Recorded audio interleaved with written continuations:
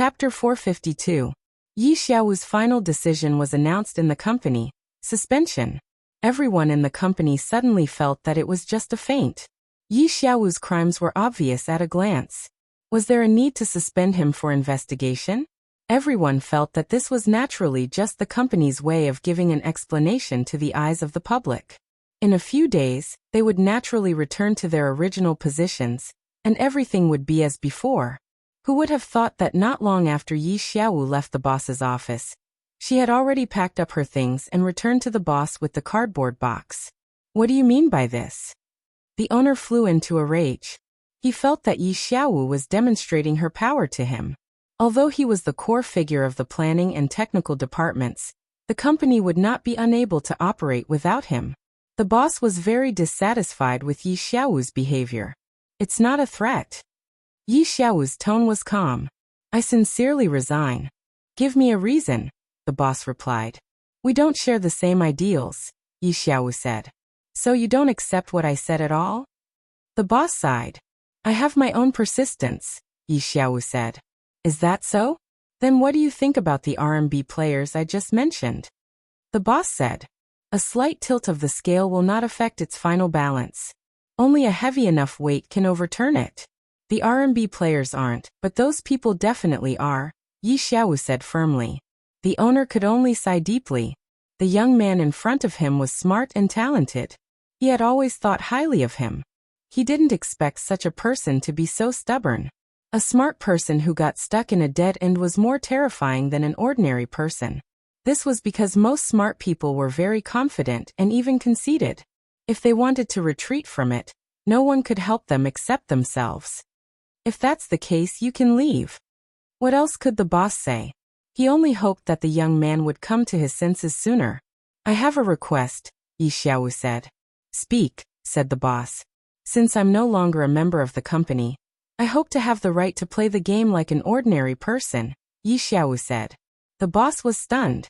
He didn't expect this to be the request, but he quickly nodded. Yi Xiaowu was very surprised. He did not expect that the boss would agree to this request so quickly. He thought that this request would be rejected. He even thought about how he would fight for it if it was rejected. He couldn't help but have a trace of doubt when the boss agreed so quickly. Are you surprised that I agreed? The boss looked at him. Yi Xiaowu nodded. It seems that our ideals are indeed different. The boss sighed. Since you've already resigned, why wouldn't I allow you to have the rights of an ordinary player? But before, you really don't understand. Why aren't company employees allowed to play the company's games? Afraid that you'll understand the game better. That's just a nice way of putting it. What I'm really afraid of is the authority in your hands. I'm afraid that you'll use the modifier or modify the backend data to cheat. Whether it was harming others or benefiting myself. This was not what I wanted to see. Now that you've resigned, you no longer have the opportunity to access these rights. What else am I worried about? The boss said. But my understanding is different, Yi Xiaowu said. As a core member, of course you're different. However, you shouldn't have forgotten that core personnel like you have signed a confidentiality agreement with the company, right? Although you are no longer an employee of the company, the confidentiality agreement is still valid. Therefore, when we determine that your actions have violated the terms of the agreement, you need to bear legal responsibility. Confidentiality agreement. Yi Xiaowu smiled. In that case, there's nothing for everyone to worry about. With his head held high, Yi Xiaowu left the company under countless gazes like a general who had won a victory. The gazes that were directed at him were filled with regret, surprise, sympathy, and even schadenfreude. Yi Xiaowu didn't care, and left without looking back. In the game, everyone was exhausted from the fight with the boss the day before. After returning to the main city, even the few gaming fanatics who had their day and night reversed went offline to rest. When they met again in the game the next day, Brother Yu immediately read out the announcement posted on the game company's homepage to everyone. As active participants, victims, and compensators of the incident, everyone was very emotional. At this time, Yutian Shenming shouted for Gu Fei to take out the items that dropped yesterday to admire. Only then did the others remember that the boss had been killed in the end. Only then did they ask Gu Fei in unison what dropped. Of course there are items, Gu Fei replied slowly. Everyone eagerly waited for him to upload the items to the channel to admire. In the end, Gu Fei very maliciously pretended to be silent, causing everyone to be annoyed. They loudly condemned Gu Fei's inhumane behavior. Only then did Gu Fei upload the 2 items that were worth studying to the channel. Andrew Su's diary. The few of them were in a different place, but at this moment, they were all thinking about what Gu Fei had sent to the channel. There was only one sentence in the system description for this item. A seemingly ordinary diary. They couldn't figure out the meaning of this sentence for a moment. Everyone yelled for Gu Fei to quickly bring the diary over to take a look while they looked at the second item. Fog ambush, an assassin's skill. Suddenly appear and launch a powerful high-speed assault. Everyone silently read it again. And in the end, Brother Yu shouted, "Why isn't it an item but a sentence?" The diary was selected by Gu Fei and posted in the channel. Everyone clicked on it, and the information naturally appeared. This second item, however, was directly stated by Gu Fei in a sentence. "Oh, the diary is with me, and the scroll is with 100 Realms Jingluan," Gu Fei said. "Oh." Everyone nodded. It seemed that the 2 of them had divided the spoils of war. However, from the unknown use of the diary, it was obvious that this skill scroll was more valuable. Everyone guessed that Gu Fei had deliberately given it to 100 Realms Jingluan, because he was helping him earn money. This was something that everyone knew. At this time, other than Sword Demon, the others naturally had no more fantasies. Because of the conflict between their professions, this scroll was naturally useless to them. At this time, Sword Demon's heart was already quite impulsive. This boss had already been officially announced to be of a high level. Although it wasn't clearly stated, it was definitely higher than the current player's level, which obviously meant that this skill was also of a high level. Learning skills in the game and obtaining equipment, level had never been a barrier. Being able to learn a high-level skill was as beneficial as obtaining a high-level equipment. Moreover, many experts in the game had special skills that others didn't have. Although Sword Demon didn't say it out loud, he was really a little envious. After all, experts all wanted to have a different personality. At this time, there was already an opportunity to have a personality in front of him. If he didn't cherish it, then he really wouldn't be a qualified expert. "How much money?" Honest Sword Demon asked honestly. "I'm not too sure," Gu Fei said. In the end, he also reminded him honestly. "Do you have money? It seems like you still owe me money." Based on Sword Demon's character, Gu Fei believed that he definitely didn't have money now. Otherwise, he would have already returned the 1,800 gold coins that he owed him. This wasn't a small amount, and Gu Fei reckoned that Sword Demon had been saving money ever since he got the dagger in preparation to return it to him. It was said that he once had the idea of selling frostbite memories. It was Gu Fei who later told him that there was no need to rush, and that he could slowly save it up. Only then did Sword Demon give up on the idea. After all, he was a little reluctant to part with it. Brother Yu valued the skill equipment at 3,000 gold coins, and the Godly Thief skill scroll Stealth Action that dropped from the Great Thief Suatu was also bought by Slender Waist Dance for 3,000 gold coins. As for this Misty Ambush, the scroll didn't clearly state the damage and speed of the skill. Players didn't know how much it could do, so the price of the skill would be affected. However, based on the skill's background, it would still be worth at least 2,000 gold coins. Gu Fei was 100% sure that the Sword Ghoul didn't have that much money. Otherwise, the Sword Ghoul would have already settled the bill with him. Gu Fei wouldn't be able to refuse even if he wanted to. Sure enough, Sword Demon said embarrassedly, "I might not have enough money. Tell Eccentric Strategist to help me keep it first. I'll think of a way." Eccentric Strategist's profession wasn't right, and the scroll was obviously useless to him. That guy seemed to be in a hurry for money, so Sword Demon was really afraid that he had already sold it. "That guy is in a hurry for money. I'm afraid he can't wait," Gu Fei said. As expected, Sword Demon's heart was filled with sorrow. "How about this? I still have some money here. You can use it to buy it first, and then slowly pay me back later," Gu Fei said. Sword Demon didn't think that Gu Fei would be like this. Everyone knew that Gu Fei was rich. Apart from the income from this single quest, He had earned 1,500 gold coins from Slender Waist Dance in the first stage.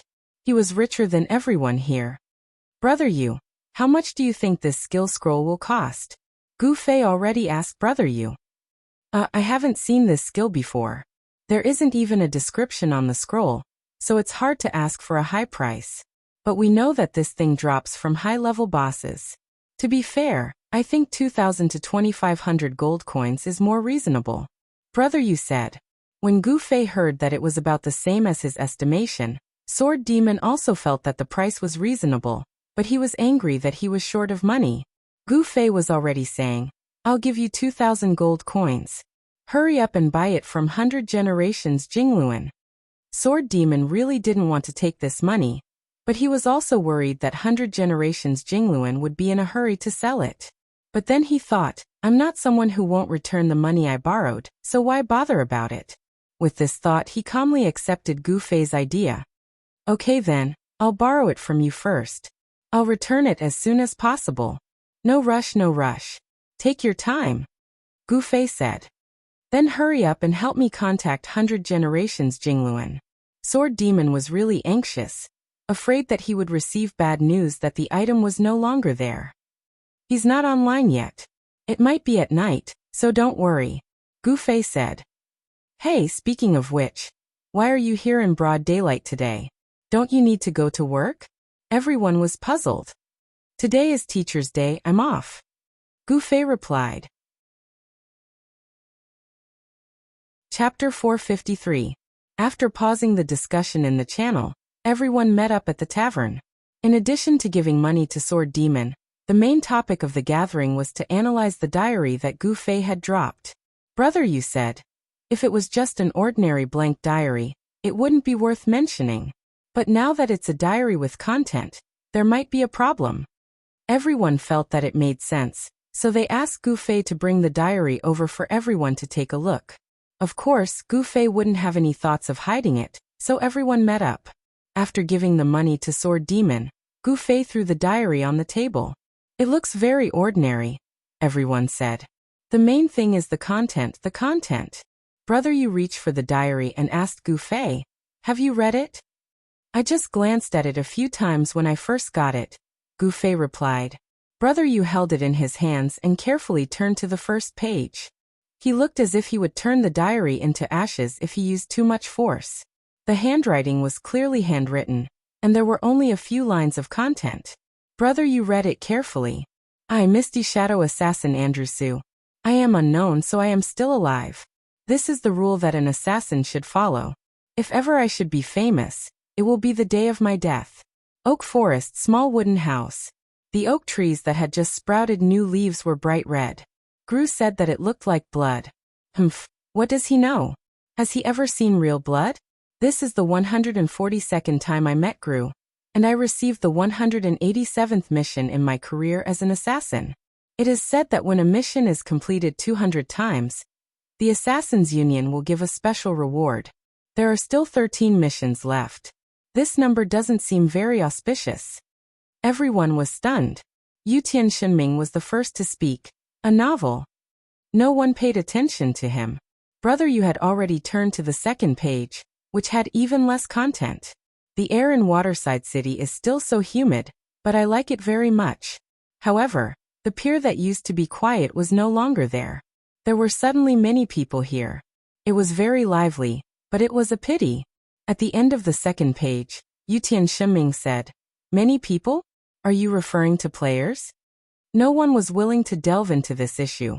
Brother Yu had already flipped to the third page, which was even shorter than the second page. What a thick fog.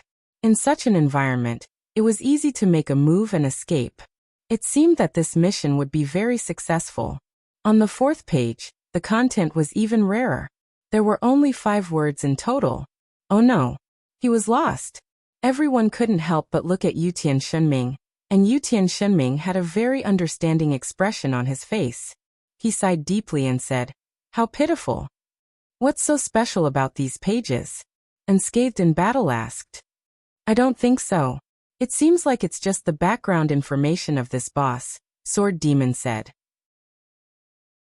There's more at the back. Brother, you had already flipped to the 5th page. Are we just going to sit here and read the diary for the entire afternoon? Unscathed in battle felt that this matter was extremely terrifying. There's definitely something strange about this diary. I feel like it's hiding something. Perhaps it's a clue to a quest, Brother, you said. Using an item to open a quest was a common method in online games. However, in the past, after using it, they would immediately search for it in the quest list. Now they really needed to read the item in detail. These experts were all about efficiency. They only did quests for the reward, so they only looked at the prompt and completed it quickly. They didn't have the mood to ponder over the quest's plot.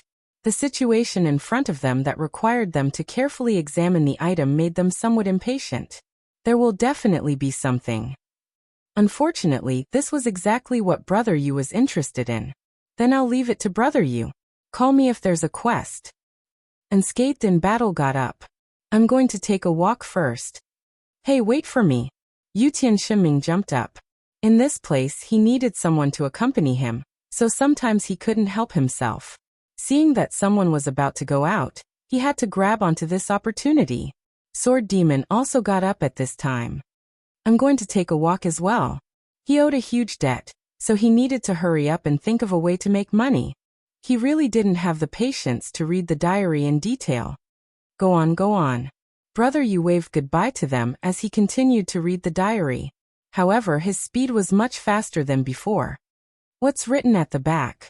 Since Brother Yu didn't continue reading, Gu Fei and Han family young master asked. The two of them hadn't left yet. It's written about how he would find his way if he got lost. Brother Yu said. Every page was a plan that Misty Assassin had thought of. He tried to fix the compass, but after disassembling it, he couldn't put it back together. The compass had completely turned into a pile of parts. He tried to look up at the sky, but the fog in Xia Fog City didn't distinguish between day and night. Looking up, there was always fog. He couldn't see the sun, let alone the stars.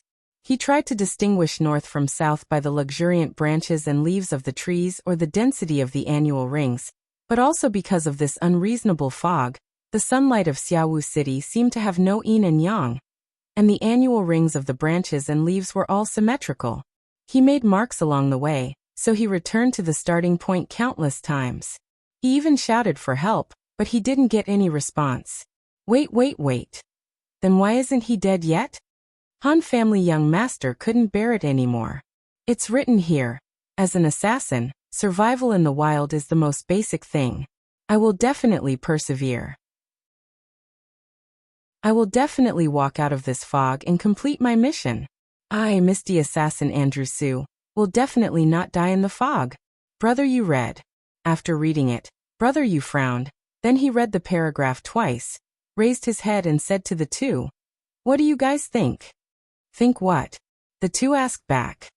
Could this be a clue? Brother Yu said. You're saying that this assassin's unfinished mission is a mission given to players? Gu Fei said. Brother Yu nodded. If that's the case, then you should have received it. Han family young master said to Brother Yu. Does your mission list show anything?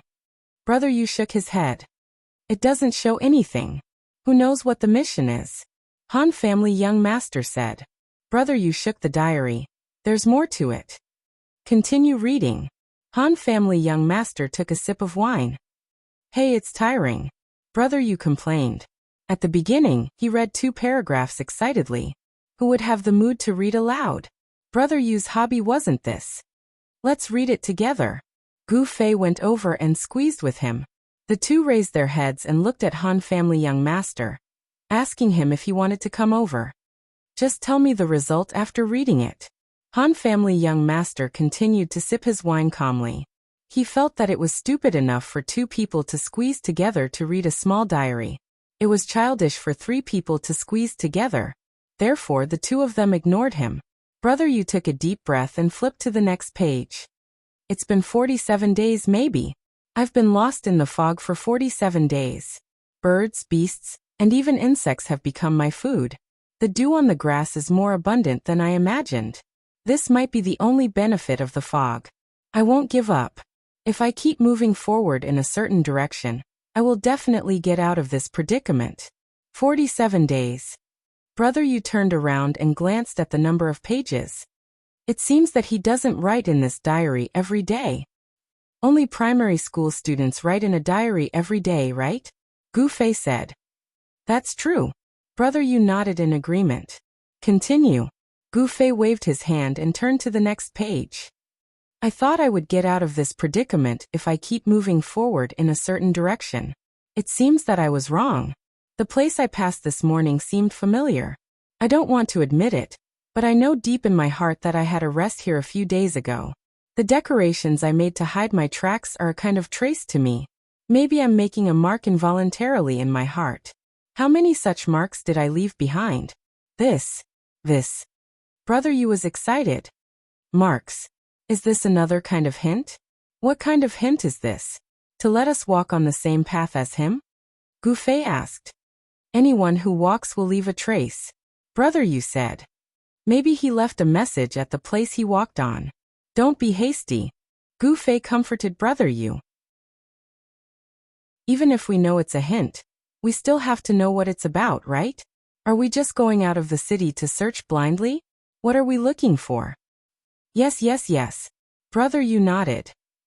Hurry up and continue. So Gu Fei turned to the next page. I don't know how many days have passed. The last time I recorded it was the 47th day. But how long has it been? I suddenly feel like I'm in a trance. This is really a scary thing. An assassin can actually not remember the date? Even a minute or a second wrong is enough to be fatal to us. This fog is slowly eroding my will. I can feel it. Why does it feel like it's getting heavier? Gu Fei said. Look at the back. Brother Yu felt that there were no clues to follow in this kind of mood description, but he didn't care. He couldn't wait to turn the page. I didn't move the whole day. This isn't the first time. When I wake up, sometimes I actually forget which direction I came from and which direction I should go. That's right, I know that my head should be facing the direction I came from and my feet should be pointing in the direction I'm going. But now, I actually continue to change my posture when I sleep. When I woke up this morning, I couldn't hold my dagger. It was 2 yards away from me. Is my body starting to become sluggish? Why is it this again? Brother Yu was a little impatient. He turned the page anxiously. I saw an oak tree. It's orange-red. I've seen leaves like this a few times at Gru's place. Every time it was in September. September? Have I been in the fog for half a year? Is Gru still waiting for me to return the quest? Can I still do it? Maybe he should find someone else to do this quest. I got it. Brother Yu shouted again. We should find the NPC called Gru in the wooden house in the oak forest. If we show him this diary, we can definitely receive the quest. Chapter 454. That's possible. The Han family young master nodded in agreement. But the oak forest, the wooden hut?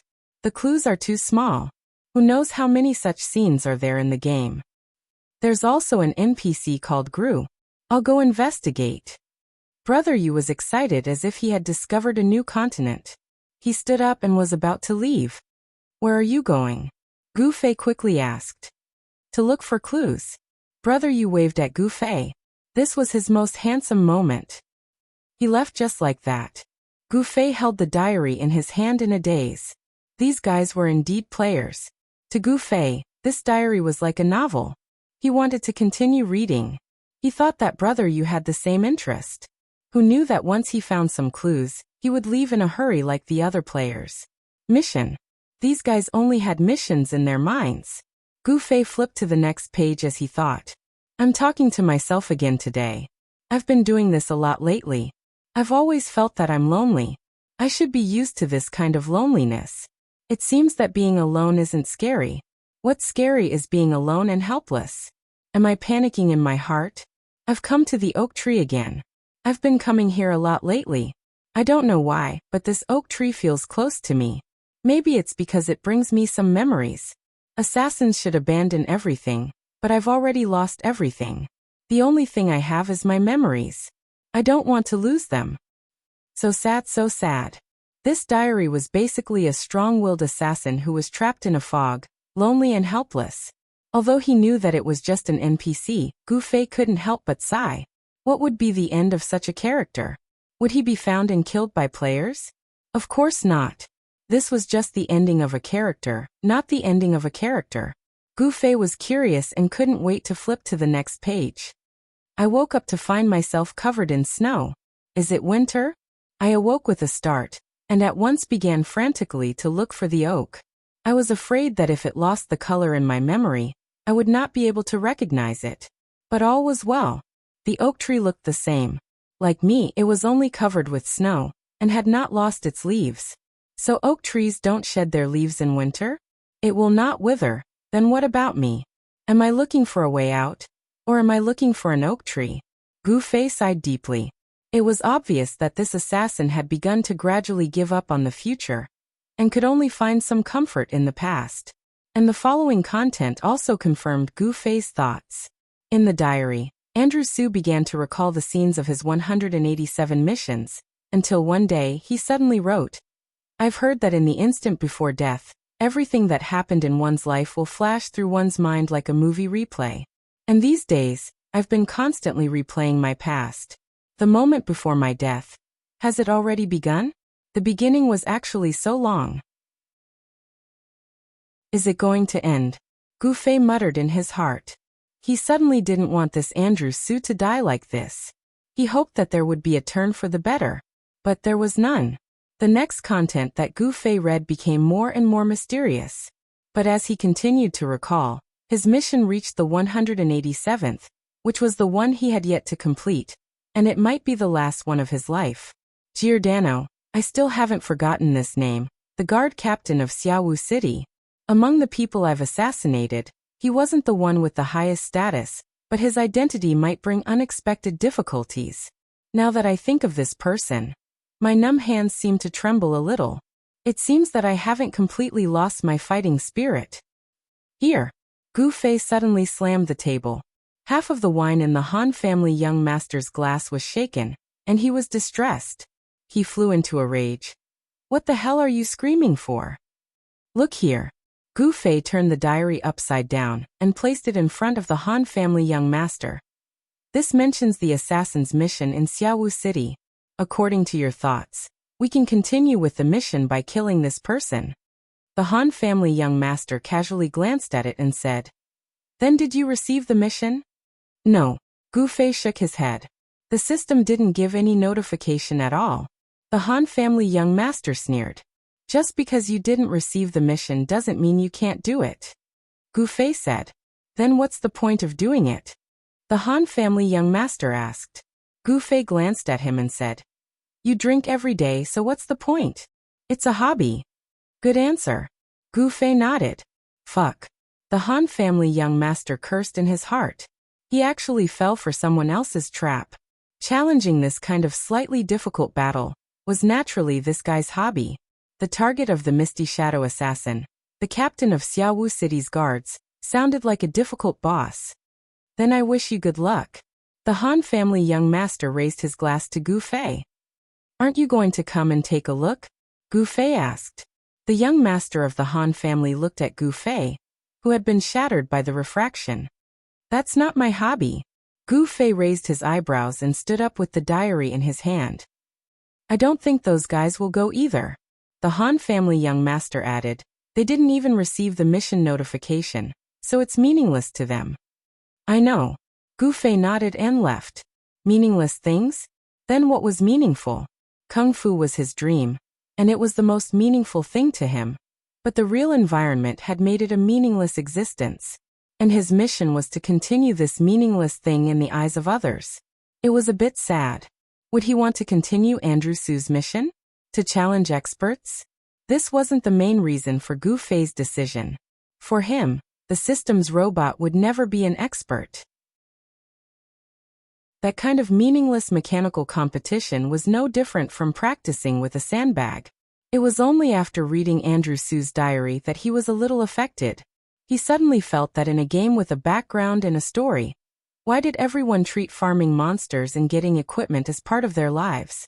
This was a comprehensive world, and one could also have a life here. Farming monsters and leveling?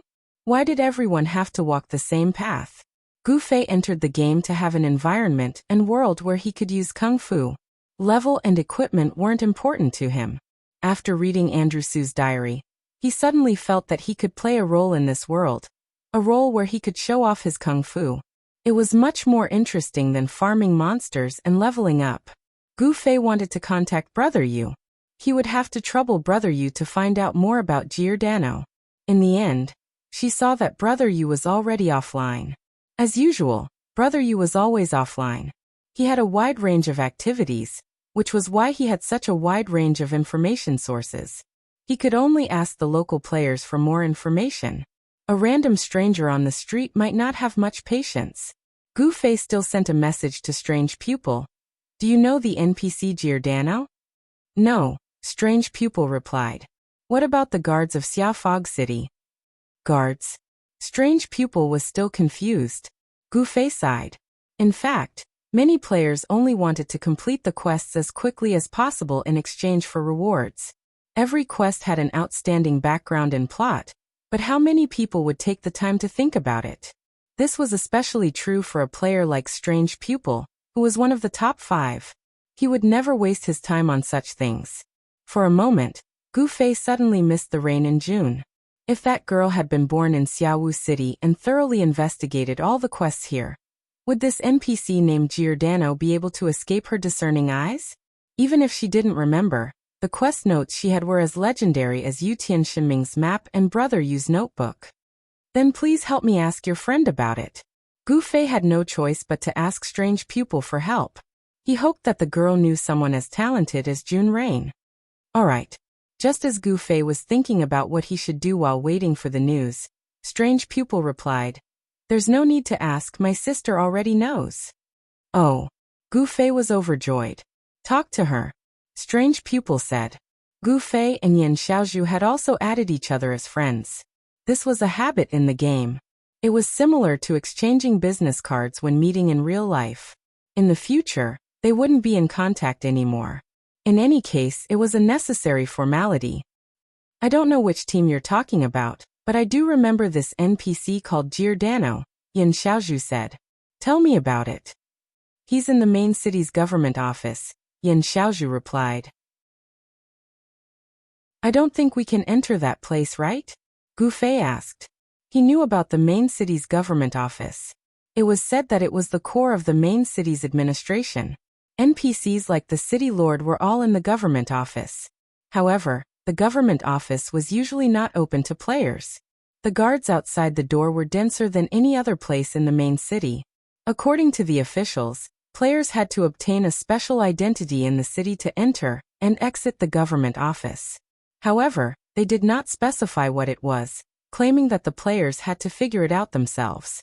This naturally led to a lot of criticism, and the players had tried to figure it out for a long time. As for whether or not anyone had met the requirements to enter and exit the government office, Gu Fei did not know. Anyway, he had tried it out of boredom. When he walked to the door and showed the intention to take another step in, a guard came to stop him. If he went any further, he would have to resort to violence. Obviously, he did not have the right to enter. Indeed, we can't enter. I was helping a friend on a quest, and our team received a temporary pass, so we went in once and noticed this Giordano. Oh, what made you notice him? Gu Fei asked. Chapter 455. The news said that it's very troublesome. Do you want to meet her? Yan Xiaozhu asked. Gu Fei thought that Yan Xiaozhu seemed to know more about the situation, and he was about to ask if she had the time to meet up and talk about it, but since she took the initiative to bring it up, he was more than happy to oblige. Since it was related to the government office, the two arranged to meet outside the government office's main entrance so that it would be easier to explain on the spot. This door was the main entrance to the government office's compound. There were 2 guards standing guard on both sides of the door.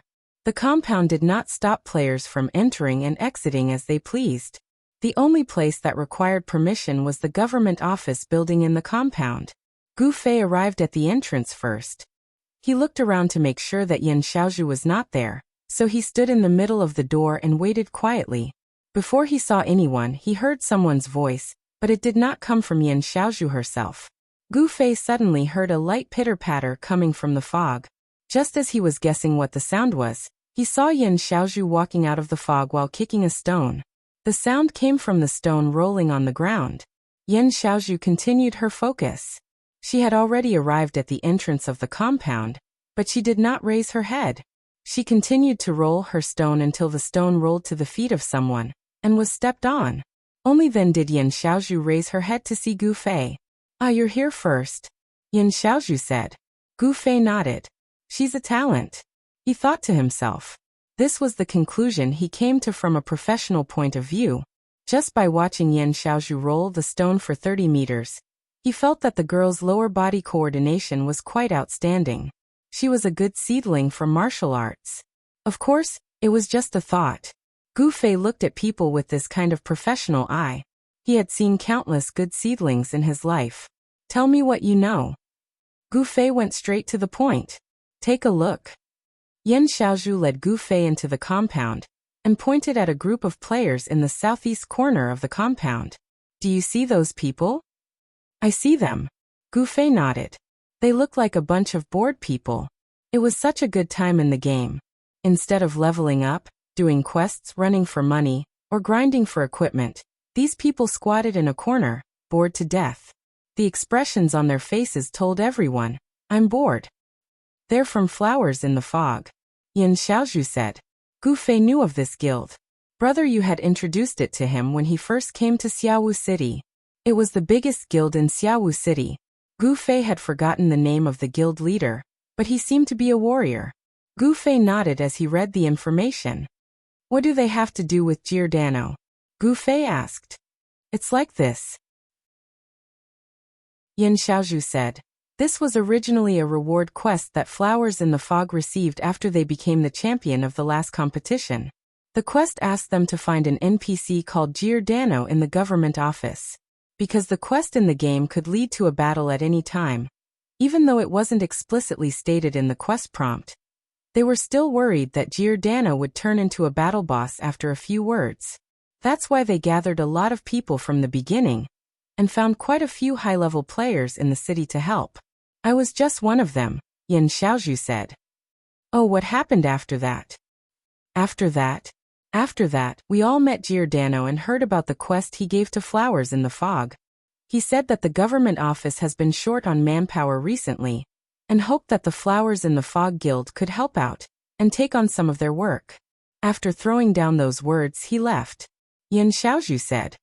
"What kind of quest is that?" Gu Fei asked as he wondered if this had anything to do with his plan to assassinate Giordano. Because from what happened in Moonlit Night City, the parallel world was not simply a game. In some ways, it was also a world with progress. The incident between Gu Fei and the werewolves in Luminous Village was a good example. Gu Fei's solo quest chain was actually linked to Reigning the Four Seas quest chain, which had nothing to do with him at all. This seemed to indicate that there was something amiss. I'm not too sure about the specifics, because the people we invited left. After that, it was Flowers in the Fog doing it on their own. I heard that the quest has some sort of progress, and every day they complete something, the progress will increase. In the beginning, even cleaning the courtyard and pulling out the weeds will increase. But after that, the number of tasks they can find will decrease. It's useless to do things like pulling weeds over and over again. They can't find anything to do, so it's not 100% yet. They're still wasting their time, Yan Xiaozhu said as she pointed at the group of people. There's something like that. Gu Fei wiped the sweat off his forehead. He thought the Reigning the Four Seas quest was troublesome enough, but now he realized there was something even more inhumane here. At least the Reigning the Four Seas quest had a clear goal to complete, but Xia Fog City's quest had a completion rate, and there was no hint of what was going on. Seeing the bored expressions on the group of people, Gu Fei said, "So they have something to do just by squatting there?" "That's not it. I heard that their quest was supposed to have a 100% completion rate, but one day, a newbie came out of nowhere and wandered around without knowing anything. He even tried to barge into the government office, and was punished by the guards on the spot." At the time, the players who were busy in the courtyard thought it was a good show, But when Giordano came out to announce the progress of the quest, he criticized them for not protecting it well enough, and the progress was deducted by 10%. They were furious, Yan Xiaozhu explained. I see. Thinking of this, Gu Fei glanced at the group of people in the corner, and suddenly realized a huge problem. He asked in surprise, "Wait, why is there no fog in this government office building?" As he spoke, Gu Fei looked back. Outside the government office building, there was still a thick fog, but inside the building, everything was clear. It did not have the unique style of Xia Fog City at all. Yan Xiaozhu nodded. Normally, people would look down on people for taking so long to realize this problem, but Yan Xiaozhu did not. This was because she had made this mistake the first time she came here. For a native who did not train in this city, she was very used to such a clear world, so she often took a while to realize this problem. There's a reason for this, Yan Xiaozhu said. Didn't you notice that the fog in Xia Fog City is lighter than outside the city? It's said that this city has a special fog thinner equipment, and this equipment is in this government office building, so the fog in this core area is almost completely gone. What kind of equipment is it? Gu Fei had never heard of fog dispersing equipment, so the question was purely out of curiosity. Who knows? Maybe it's 4 old wizards controlling a giant energy crystal? Yan Xiaozhu said. Gu Fei quickly dispelled his curiosity and continued to ask the important question. You just said that Giordano will announce the progress of their mission to them every day. In other words, he will come out of the government office every day? Yes. Yan Xiaozhu nodded. What mission do you have for him? Gu Fei did not say anything. To be frank, he did not even know if this counted as a mission, because it was not shown in the mission list. Moreover, he was not very familiar with Yan Xiaozhu, so he did not plan to tell her. However, Yan Xiaozhu was obviously still young, and did not have the ability to observe people in society.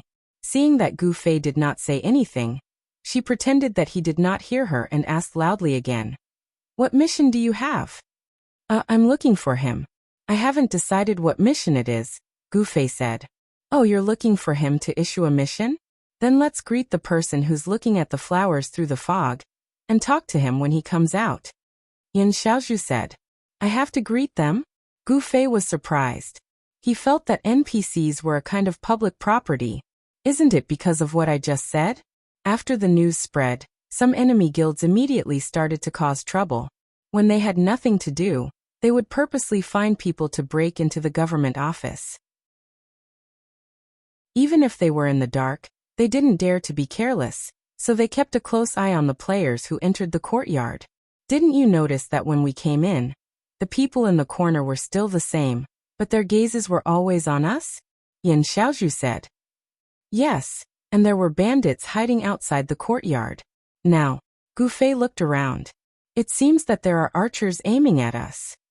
This used to be the largest trading place for players in Dawn Fog City, but because of the flowers in the fog quest, there are no players here at all.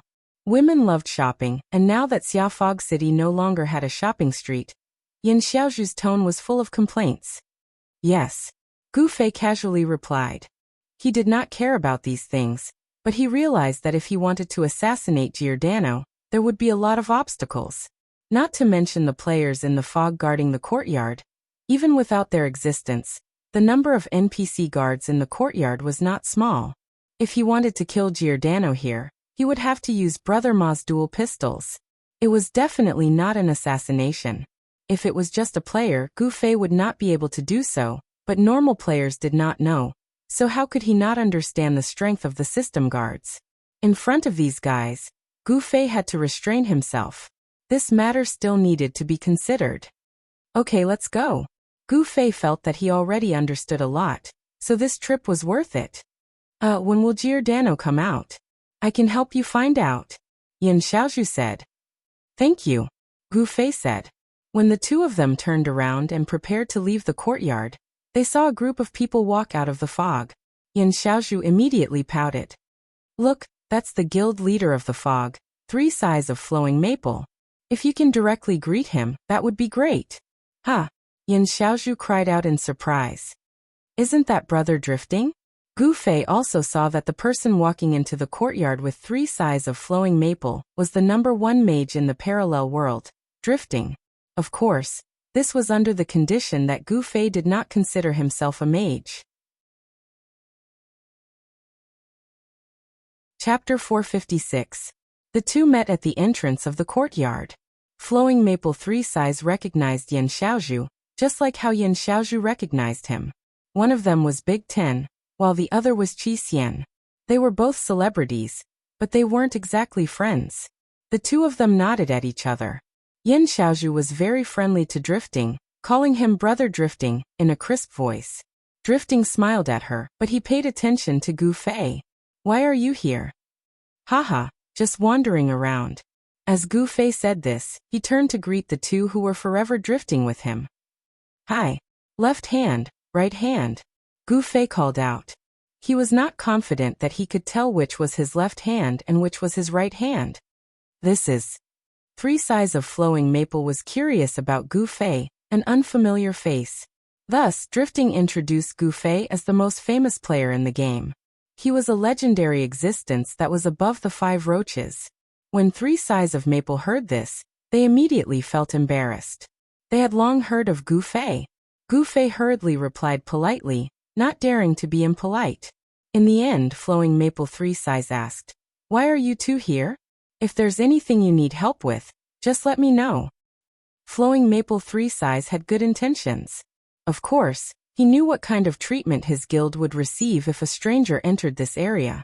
However, Gu Fei knew that what he was going to do was probably cause trouble for them. Their quests were all issued by Giordano. If he killed Giordano, wouldn't their quest completion rate be deducted by 1,000 points? Therefore, the more polite Flowing Maple 3 sides was to him, the more embarrassed he felt. He decided that it was best not to get close to this person.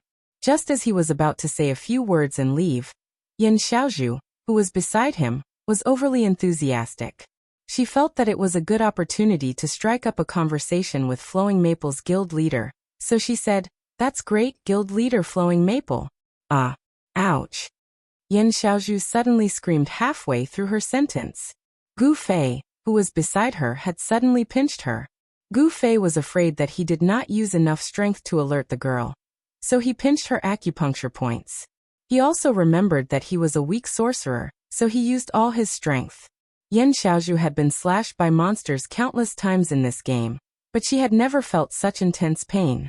She screamed on the spot, and turned her head to question Gu Fei. Gu Fei gave her a look and quickly sent a message. "Don't speak." Yan Xiaozhu was not stupid. She guessed that Gu Fei had other plans after reading the message. Fortunately, Gu Fei's pinch did not deal continuous damage in-game. The pain came and went quickly, so Yan Xiaozhu did not think much of it and immediately shut her mouth. But everyone heard her halfway through her sentence. Flowing Maple 3 sides was looking at her in surprise.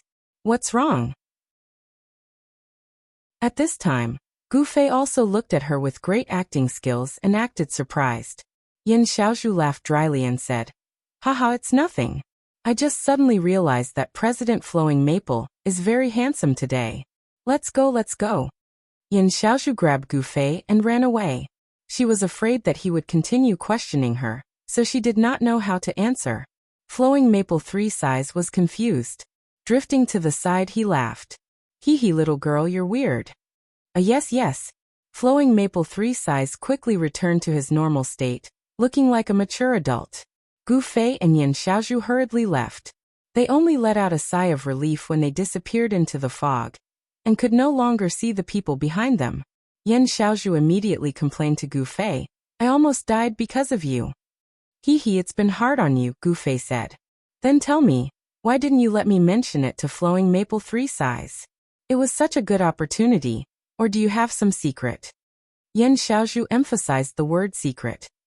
Clearly, she already knew this was the case. "Nothing, it's none of your business. Go play with your sister." Gu Fei said. Hey, you can't be like this. You kicked me aside after using me. Aren't you embarrassed?" Yan Xiaozhu said. Children's words were really messy. What did she mean by "use me up"? It was really awkward. Gu Fei said, "I mainly wanted to ask you about some things. Now that I'm done, I want to express my gratitude. As for the rest, I'll do it myself. Yan Xiaozhu saw that Gu Fei was clearly not willing to say it. She guessed that he was not willing to reveal it, but her curiosity was not quenched. She could only say, "Then tell me when you're done." "That's fine." Gu Fei nodded. The two said their goodbyes. Gu Fei got his bearings and returned to the tavern. The Han family young master was indeed still there. Gu Fei went up and said, "The binoculars are still with you, right? Let me use them." "Do you have any progress on your mission?" The Han family young master emphasized the word mission. Obviously, Gu Fei didn't think much of this kind of mission that didn't even appear in the mission list. "I'll observe first," Gu Fei said as he took the binoculars from the Han family young master. After leaving the tavern, Gu Fei walked back to the government office compound. After looking around the walls, he found an empty spot and said, "Come out. I know you're there." No response. Gu Fei grabbed a flesh-cutting flying knife and threw it in a certain direction.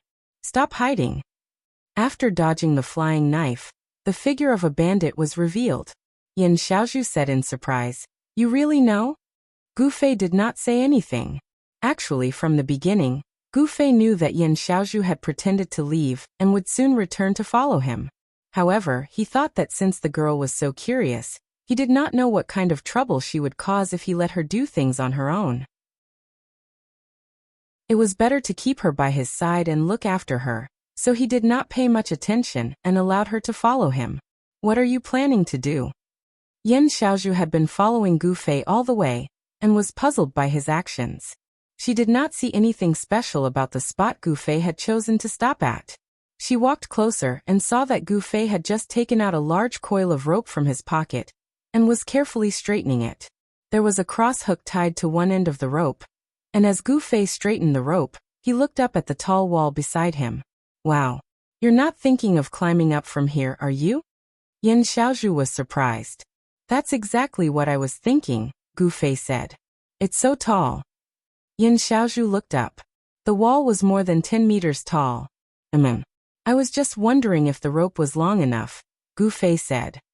"Then why aren't you pulling it open?" Yan Xiaozhu saw that Gu Fei was still rolling the rope. "Don't you know how to multiply?" Gu Fei looked down on her.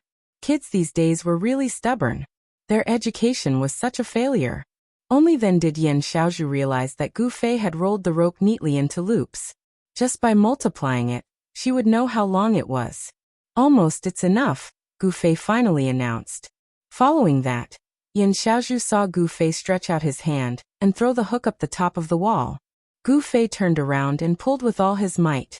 It was very stable, a success on the first try. "What do you do?" Yan Xiaozhu was shocked by Gu Fei's professional skills. "Do you want to do it?"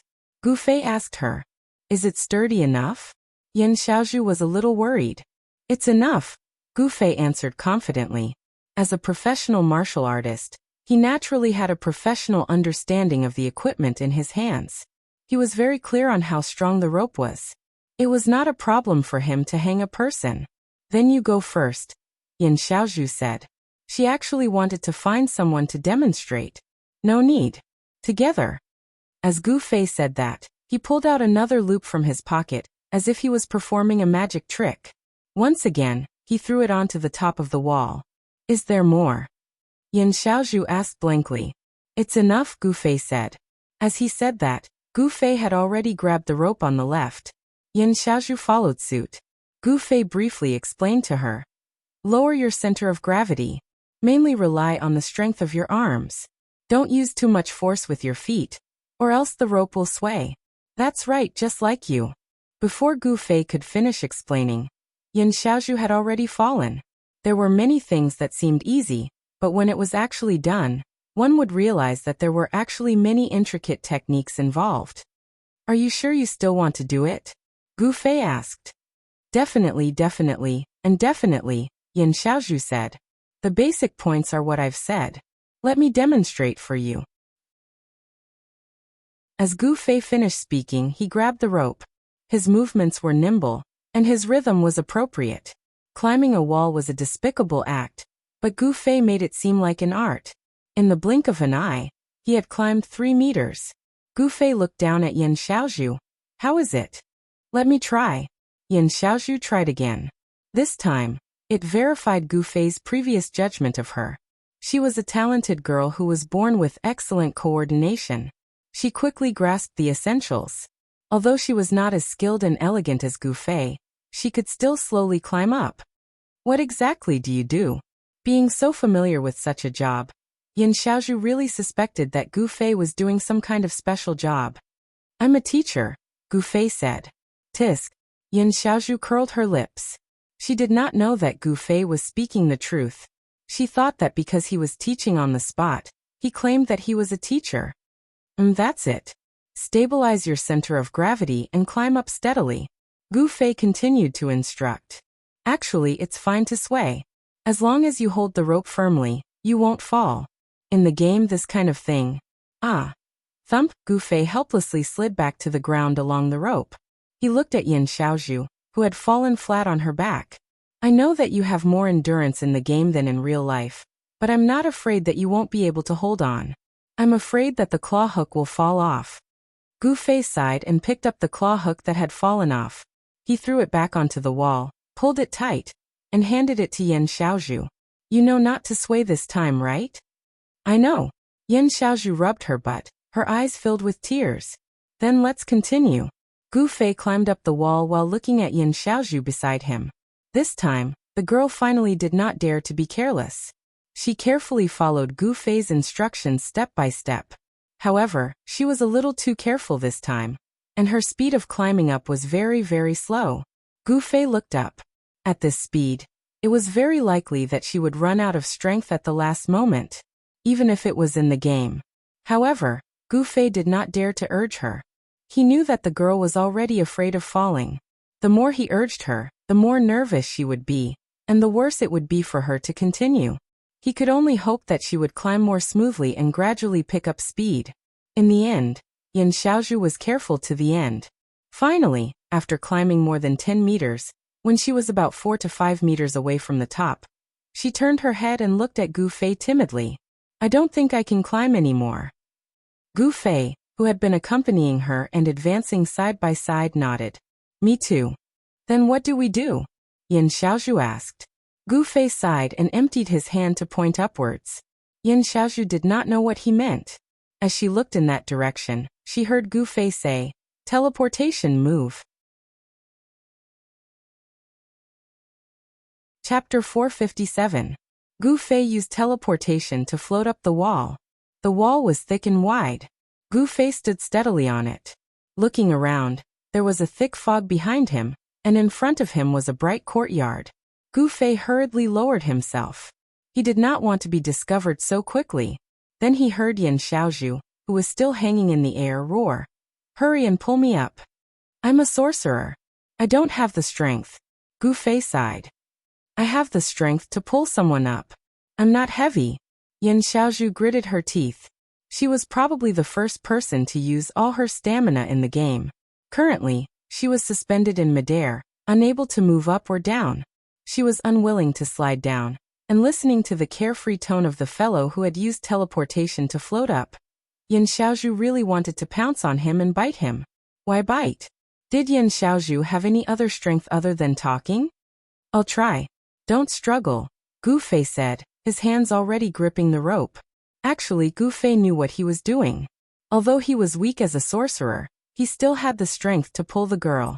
The reason he had used teleportation to float up the last 5 meters was to conserve his stamina and pull the girl. Gu Fei did not have the mentality of letting someone hang in the air and watch them make a fool of themselves. Only the Han family young master would do such a despicable thing. Then he exerted strength with both hands and pulled Yin Xiaozhu up. After the girl came up, she immediately lay flat on the wall, panting heavily. It wasn't easy to feel so tired in the game. Gu Fei was not much better than her. His stamina was also in the single digits. He was not as unsightly as Yin Xiaozhu, who was sprawled on the ground. He simply sat quietly to the side, but his heavy breathing revealed that he was very tired. Yin Xiaozhu finally recovered after panting for a while. She turned to look at Gu Fei, and saw that he was carefully putting away the 2 sets of hooks. Yin Xiaozhu was curious about this and asked, Where did you get this? I made it myself, Gu Fei said. Made it yourself? How do I do it? Yan Xiaozhu asked. Gu Fei glanced at her, then raised the hook in front of her and said, Find this thing, then find this long rope and tie it together. In theory, the stronger the rope, the better, and the heavier the hook, the better. I'll get one too when I get back, Yan Xiaozhu said. Why are you doing this? Play. Yan Xiaozhu's answer was not very meaningful. Gu Fei ignored her. After putting away the 2 sets of hooks, he took out a pen from his pocket and a notebook. He flipped it open and placed it on his lap. His left hand searched his pocket for a long time, before he took out a pair of binoculars. After looking at the time, he began to observe. What are you doing? Yan Xiaozhu could not understand Gu Fei's actions, nor could she understand why he had so many strange items. Let me take a look at the NPC activity patterns here, Gu Fei said. NPC activity patterns? Yan Xiaozhu looked down in confusion. She did not need binoculars to see the areas that were relatively close. There were only 2 types of NPCs in the government compound. The guards who stood still, and the guards who walked back and forth. You said that Giordano would come out one day to tell them about the progress of the quest. Does this one day refer to a day in real life or a day in the game? Gu Fei asked. These were naturally 2 completely different concepts. A day in real life was 24 hours.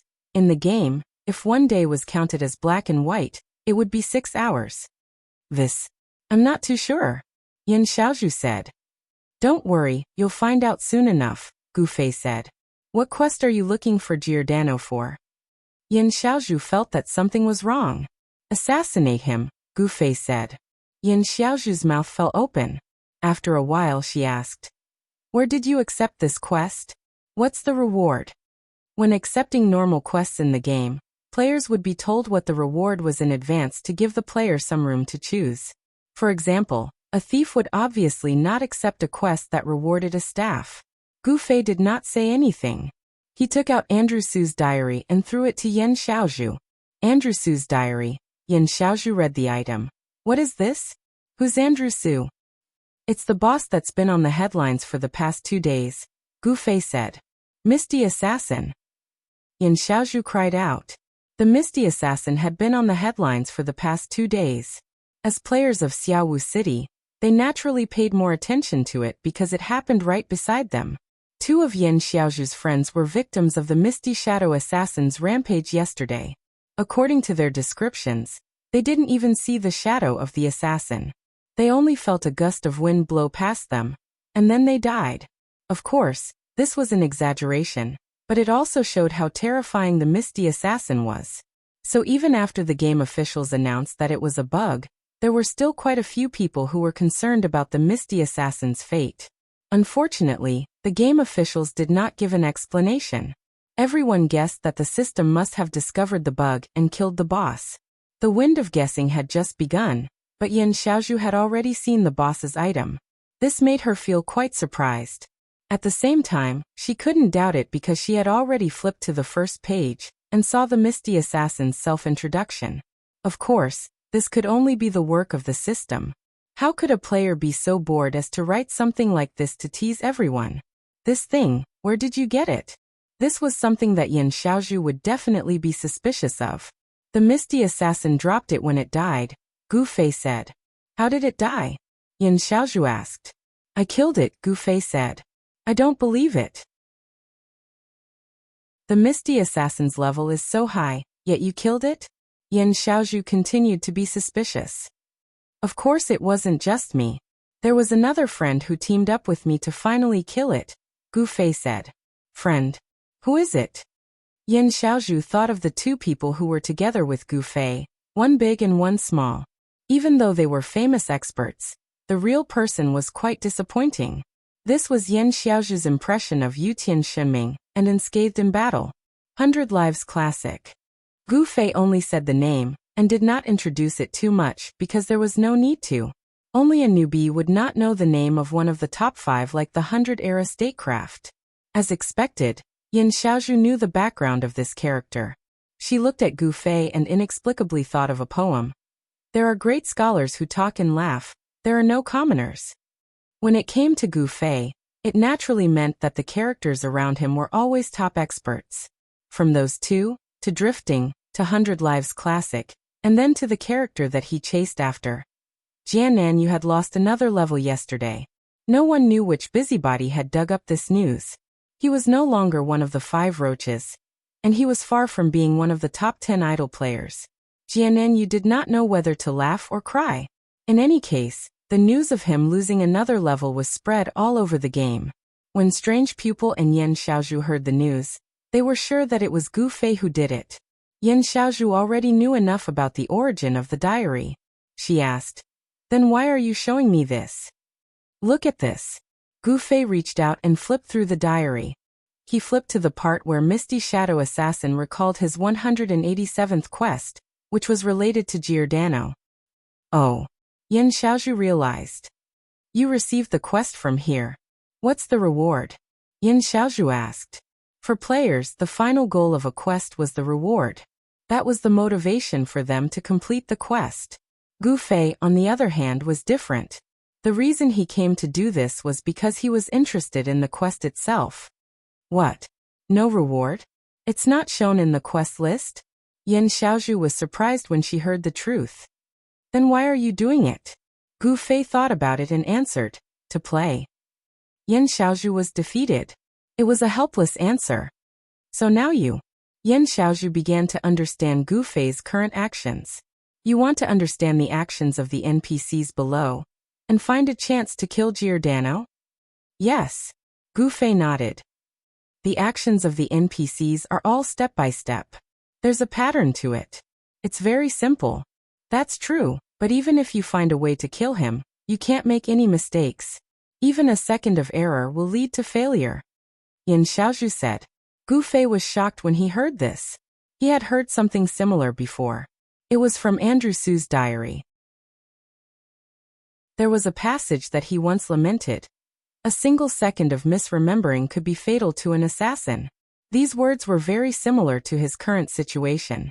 Could it be that there were still some hints hidden in the diary about his mission? Is it really that clever? Gu Fei muttered in his heart. He had just read the diary not long ago, and it was still fresh in his memory. Other than this sentence, Gu Fei could not think of any other hints. Could it be at the back? Gu Fei thought. There was still some content at the back of the diary that Gu Fei had not read yet. I should finish the task at hand first. Gu Fei retracted his thoughts and continued his observation.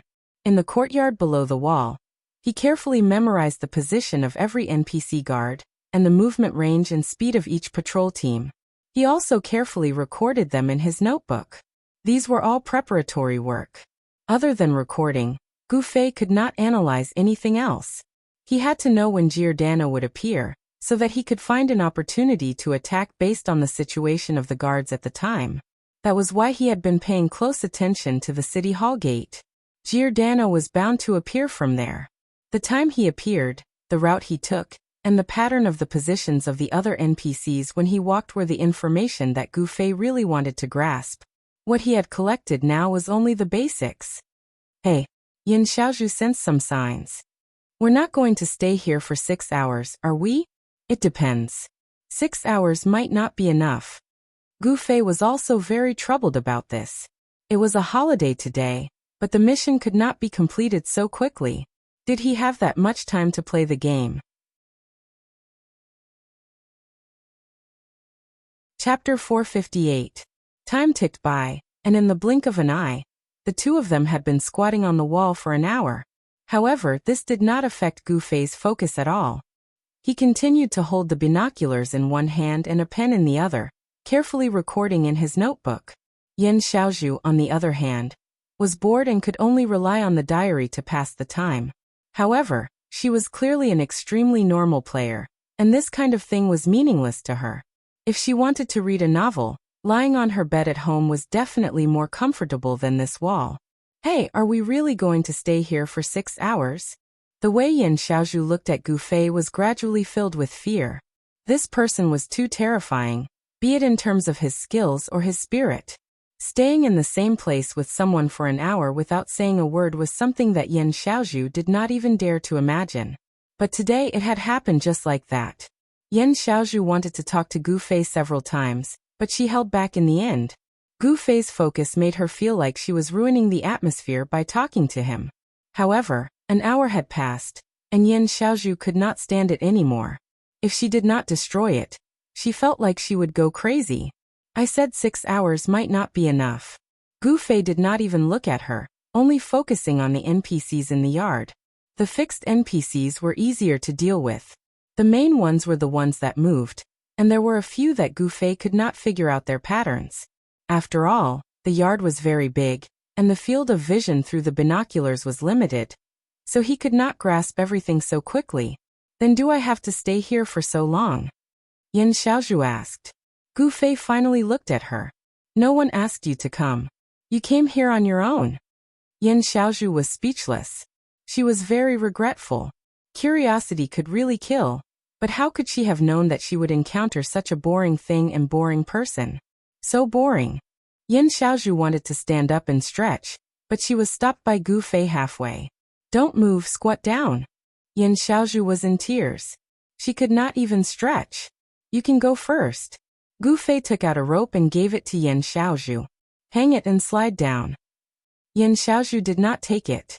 It was not that she did not want to go first, but she was still very curious. She really wanted to see what this strange person, Gu Fei, would do. Not daring to stand up straight, Yan Xiaozhu practically crawled to Gu Fei's side. She tilted her head to look at the things he had recorded in his notebook and suddenly said, NPCs do have a fixed pattern to follow, but what about the players who are blinded by the fog? They also keep people in the yard for 24 hours, and the players don't have such a fixed pattern. Rather than being bored, why not throw yourself into it? Yan Xiaozhu thought, and finally gave a more practical suggestion. Isn't it? Yan Xiaozhu said. Of Yan Yi of. Has Giordano appeared? Yan Xiaozhu asked. Yanshin of Yan. Gu Fei looked down at the sky. It was almost dusk in the game, and the sky was starting to darken. Although it wouldn't be pitch black in the end, it would still affect his vision. Of Yen of Yen Yen of Oceanin. Actually, I might be able to find out when Giordano appears, Yan Xiaozhu said. There's no need for that. We'll see him eventually, Gu Fei said. He did not want to attract unnecessary suspicion for something that could be done right under his nose. Hey, he's out. That seems to be him. Speak of the devil. Just as they were discussing Giordano, they saw a person walk out of the heavily guarded door of the city hall. I see him, Gu Fei said. The spot he chose was a place where he did not need binoculars to observe the entrance of the city hall. When he was observing and recording the other NPCs, he did not let his guard down. He saw this person as soon as he walked out of the building. Did he even need Yan Xiaozhu to remind him? Is this Giordano? Gu Fei did not know his identity. I think so. Yan Xiaozhu was not too sure. At the time, she was just in the crowd and glanced at the NPC. Gu Fei fixed his binoculars on the suspected Giordano. If this was his assassination target, he would at least recognize what he looked like. The man walked out of the city hall and slowly walked down the stairs. The players who seemed to be idling around in a daze were stirred. It seemed that this suspicion could be confirmed. Gu Fei thought as he memorized Giordano's appearance. A handsome and mature male NPC with a short beard. He had a long sword at his waist and his left hand gripped the hilt. His steps were slow but powerful. Gu Fei was a little worried. If the players took the initiative to ask Giordano about the progress of the quest, would Giordano return to the city hall after completing the quest? Gu Fei sincerely hoped that Giordano would have the strength of character of an NPC. He would do things according to procedure and not be so influenced by the actions of the players. The development of the situation was more in line with Gu Fei's expectations.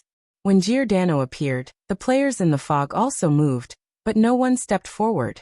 Everyone's eyes followed Giordano, watching as he began to wander around the courtyard step by step.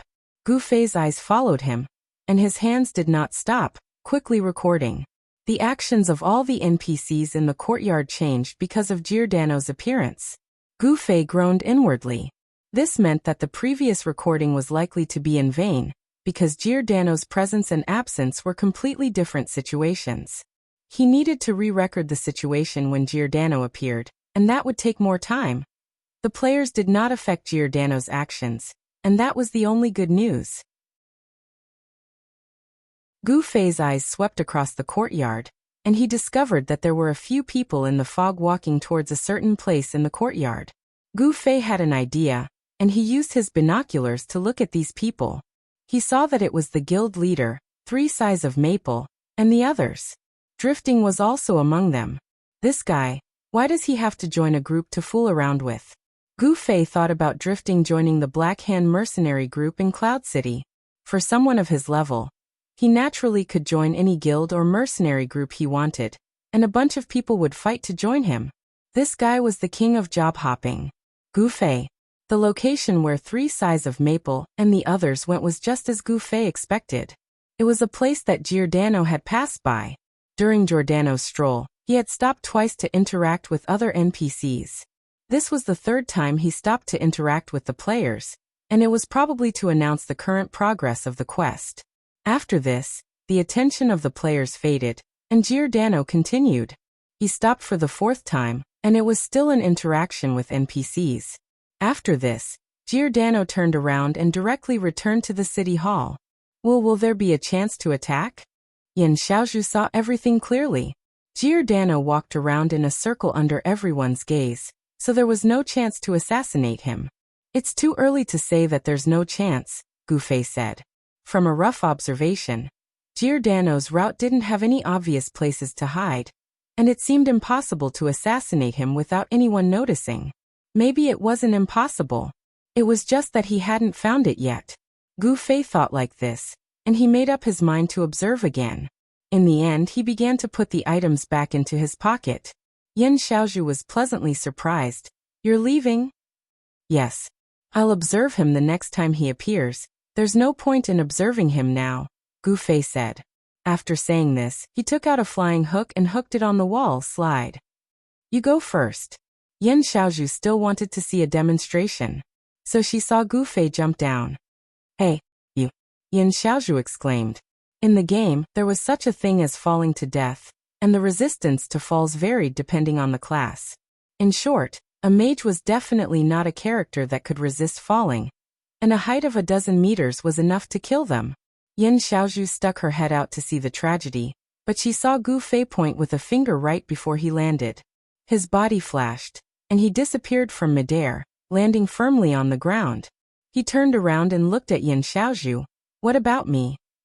Yan Xiaozhu was speechless.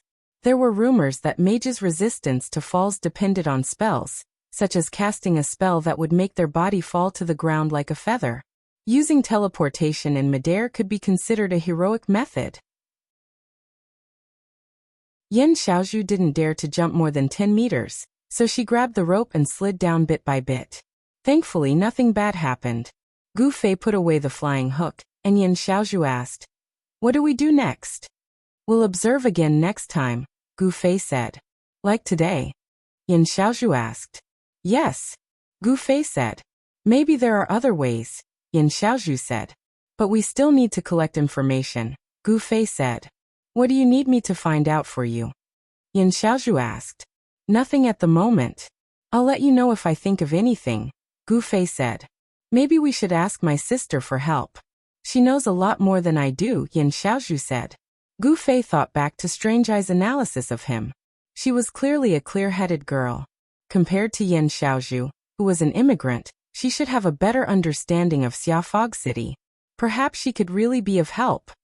If there's anything, I'll look for you sisters again," Gu Fei said. The two then said their goodbyes. Gu Fei thought about Giordano's actions, hoping to find some clues. At this time, Brother Yu suddenly sent him a message. "I found something." "What is it?" Gu Fei replied.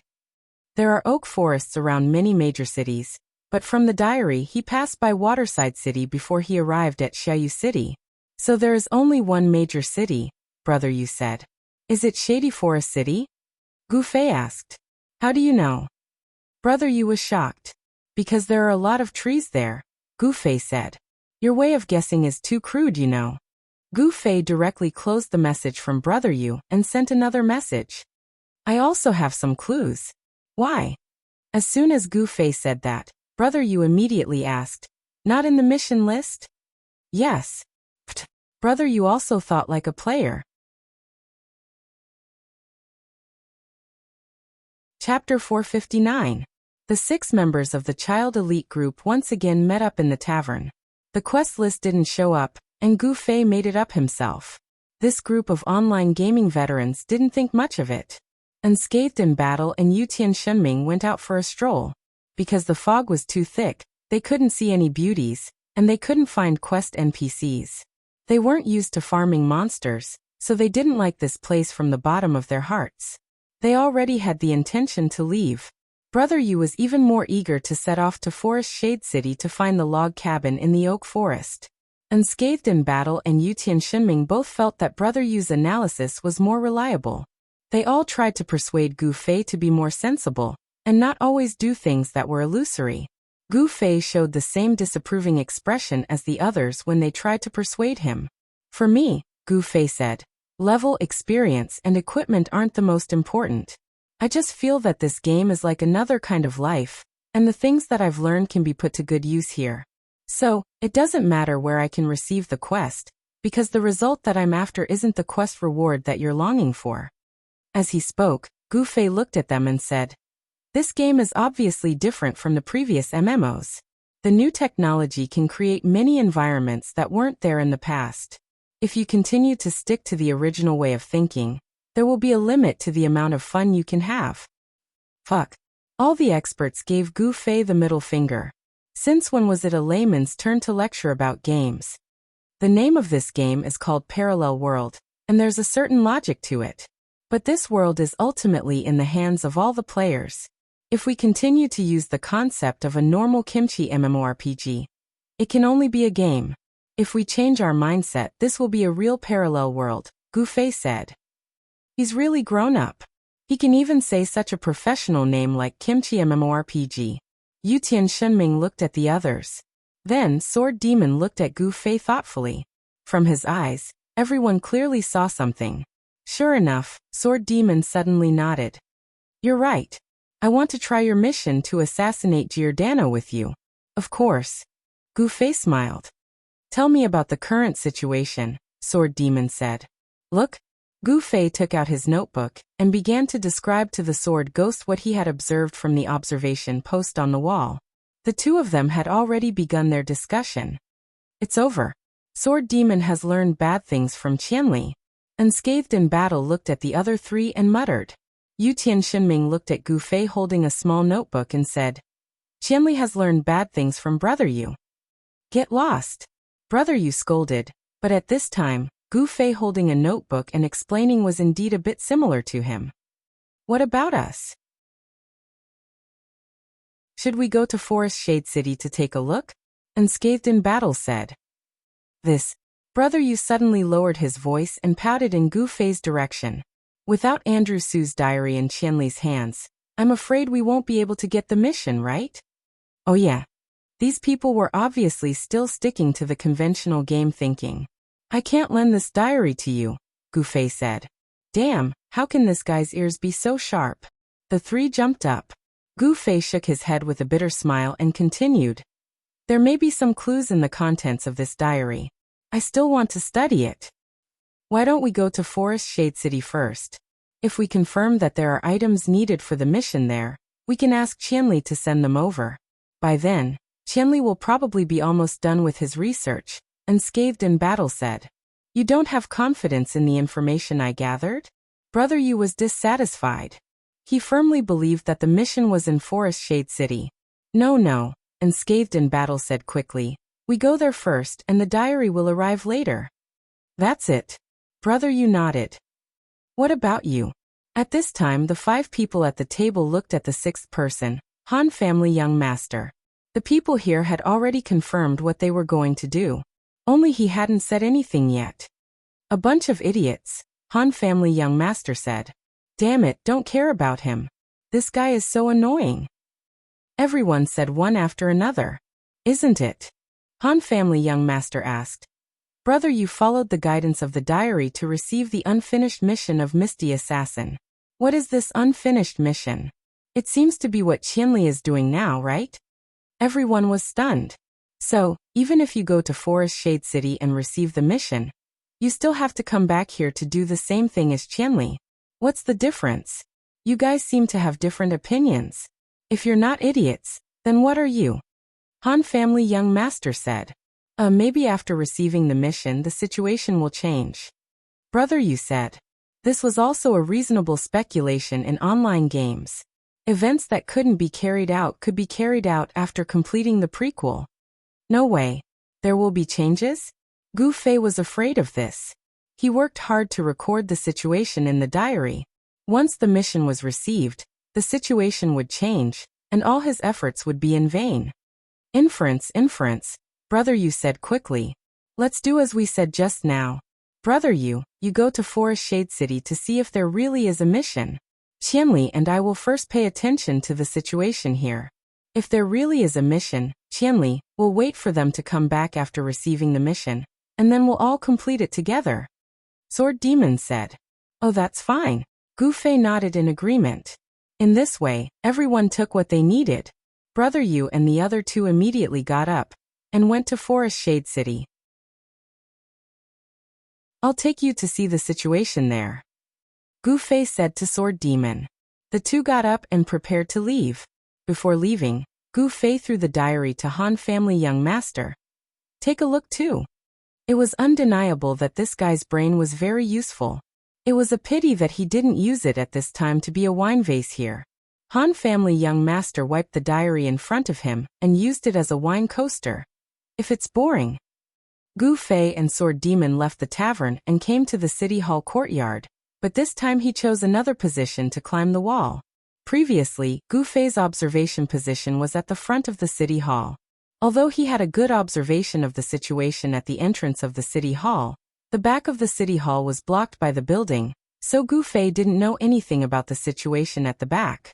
Giordano's movement range didn't include the back of the building, but Gu Fei also wanted to see if there were any opportunities at the back of the building. If he couldn't kill in the courtyard, maybe there was a way to sneak into the building. There was no need to think about the direction of the main entrance. There might be some opportunities at the back. This was the result of discussion between Gu Fei and Sword Demon. After choosing the position, Gu Fei threw a flying hook, which opened the Sword Demon's eyes again. Men seem to be naturally more talented than women in this kind of work.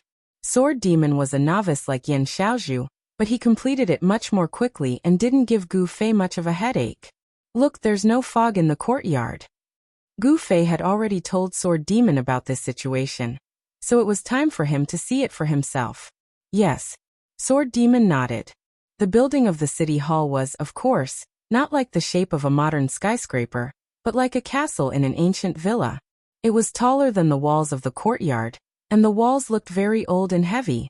The courtyard at the back of the city hall was far less spacious than the main entrance, but it was more exquisitely repaired. The green lawn was paved with cobblestones, and there were flower beds and small trees in the lawn. There was even a small stream running through it.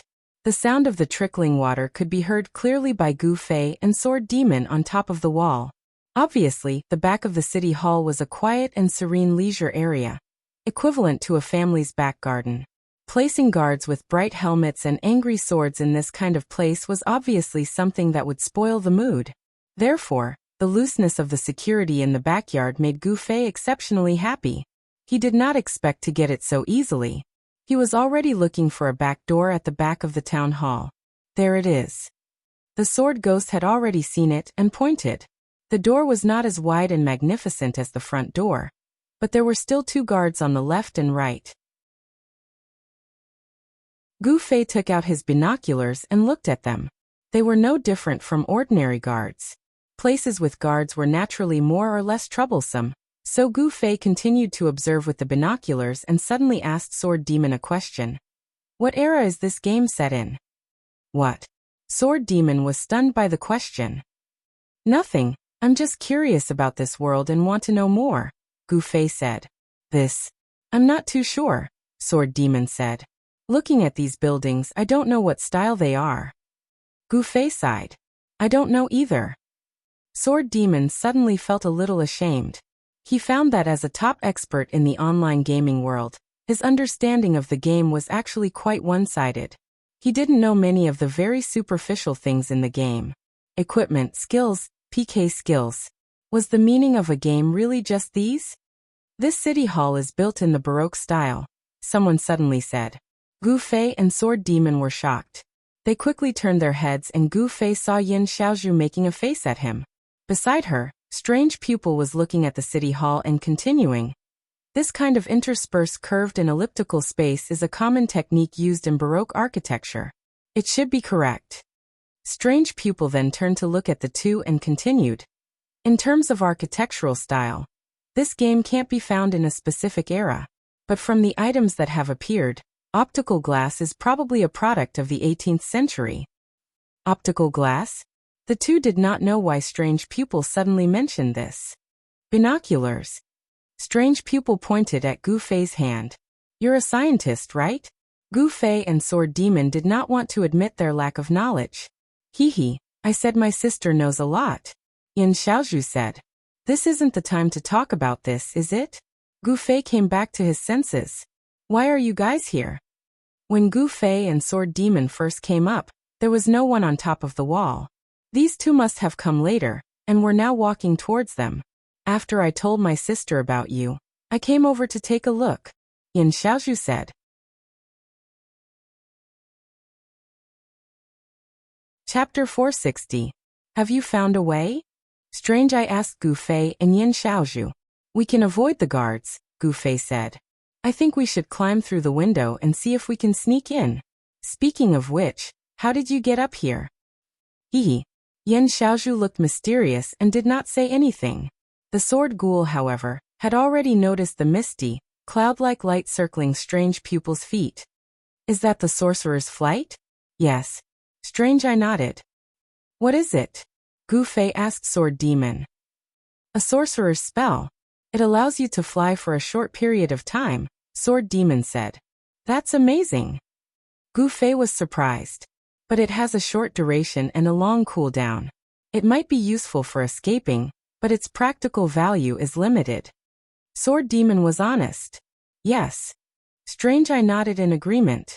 But it shouldn't be possible to fly someone with this spell, right? Sword Ghost glanced at Yin Xiaozhu. Haha. Yin Xiaozhu laughed. She had been hiding her hands behind her. Now she revealed them. It was a circle of hooks identical to Gu Fei's. Yin Xiaozhu said proudly. I have one too. You're a fast learner. Gu Fei praised. Teacher taught me well. Yin Xiaozhu did not forget to be humble. After the small talk, they got down to business. What are your plans? Strange, I asked. There's no need for the guards to disturb us.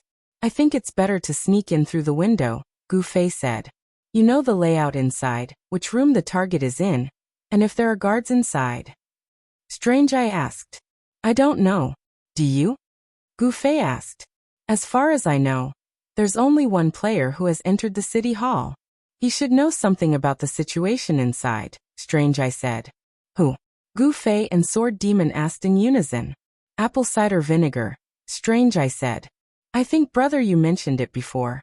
What rank is he on the thief ranking? Gu Fei said to Sword Demon. 4th. Sword Demon confirmed. He knew most of the names on the rogue leaderboard.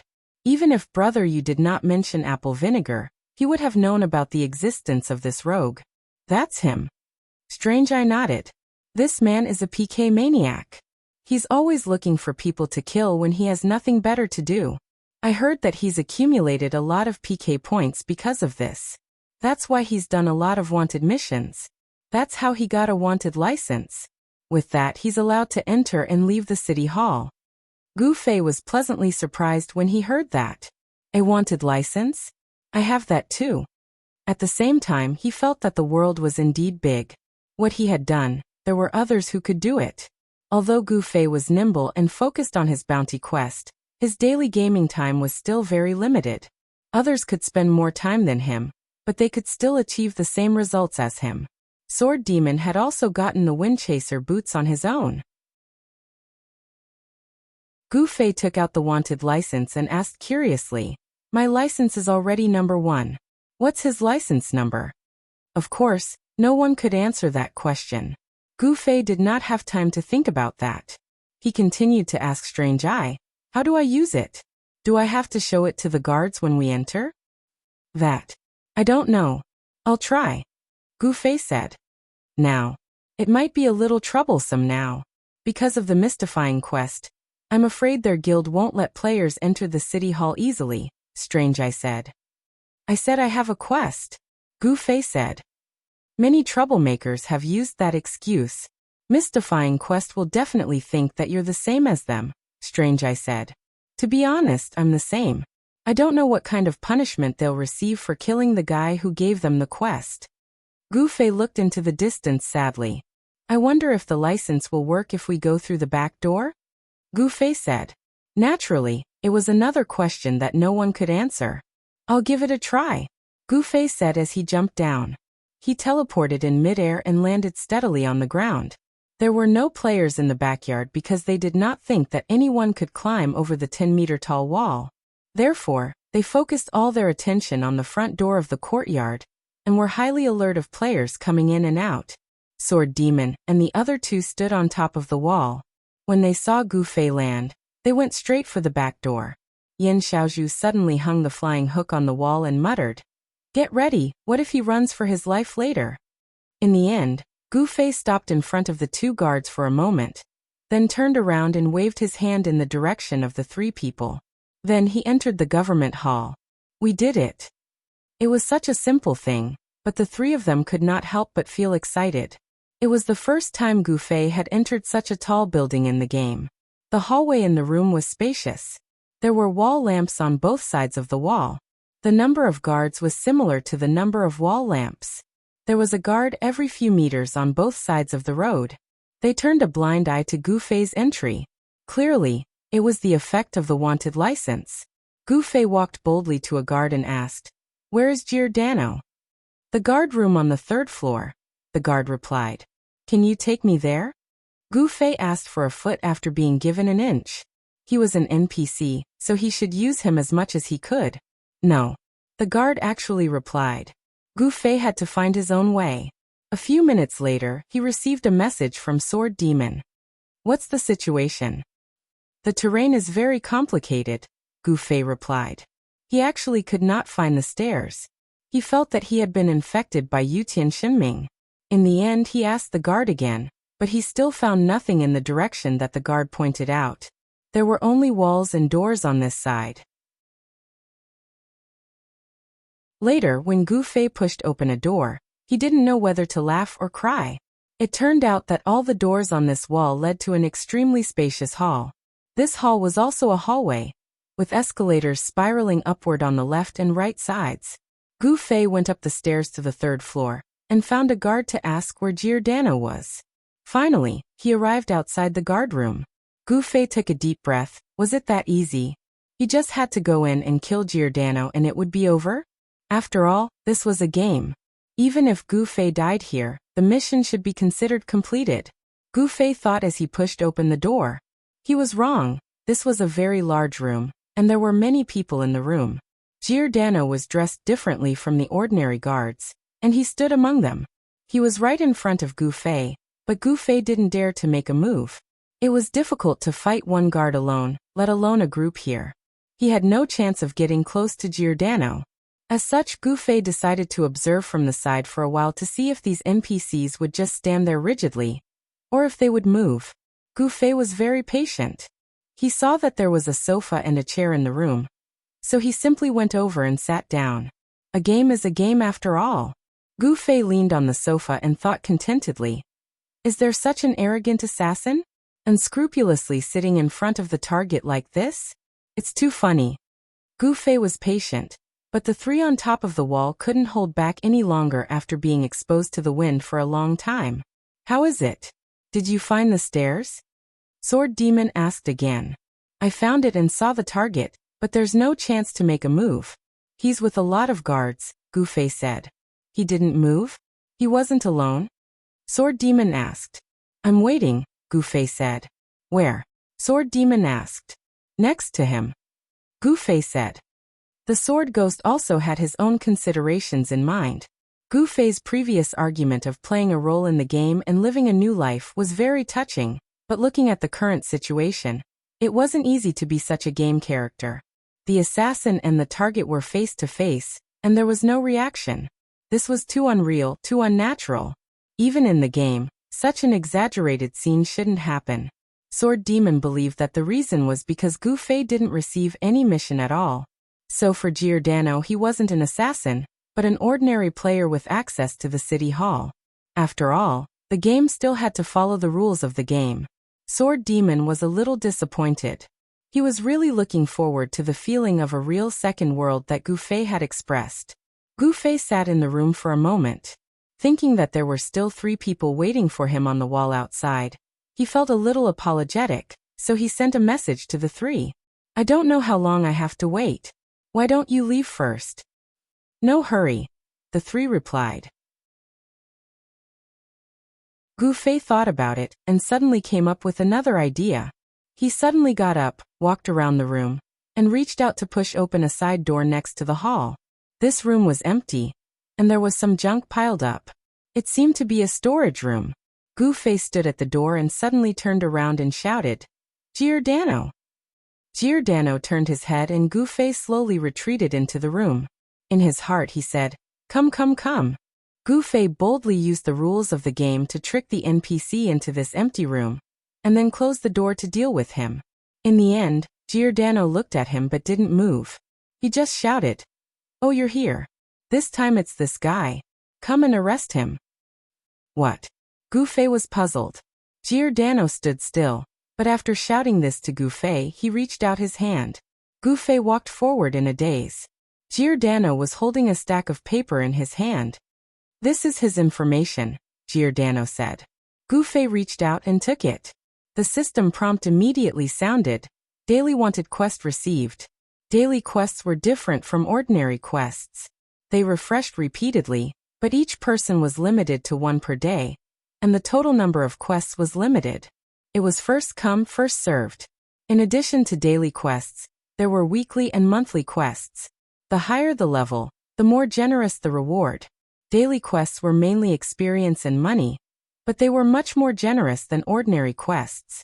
In some of the daily quests that had been controlled by players, every time it refreshed, it would be crowded, and there were countless disputes over it. In the end, these quests were generally monopolized by the powerful guilds, and it was also an important game resource that the guilds fought over. Gu Fei had never done a daily quest and had never thought about it. But today, he inexplicably received one.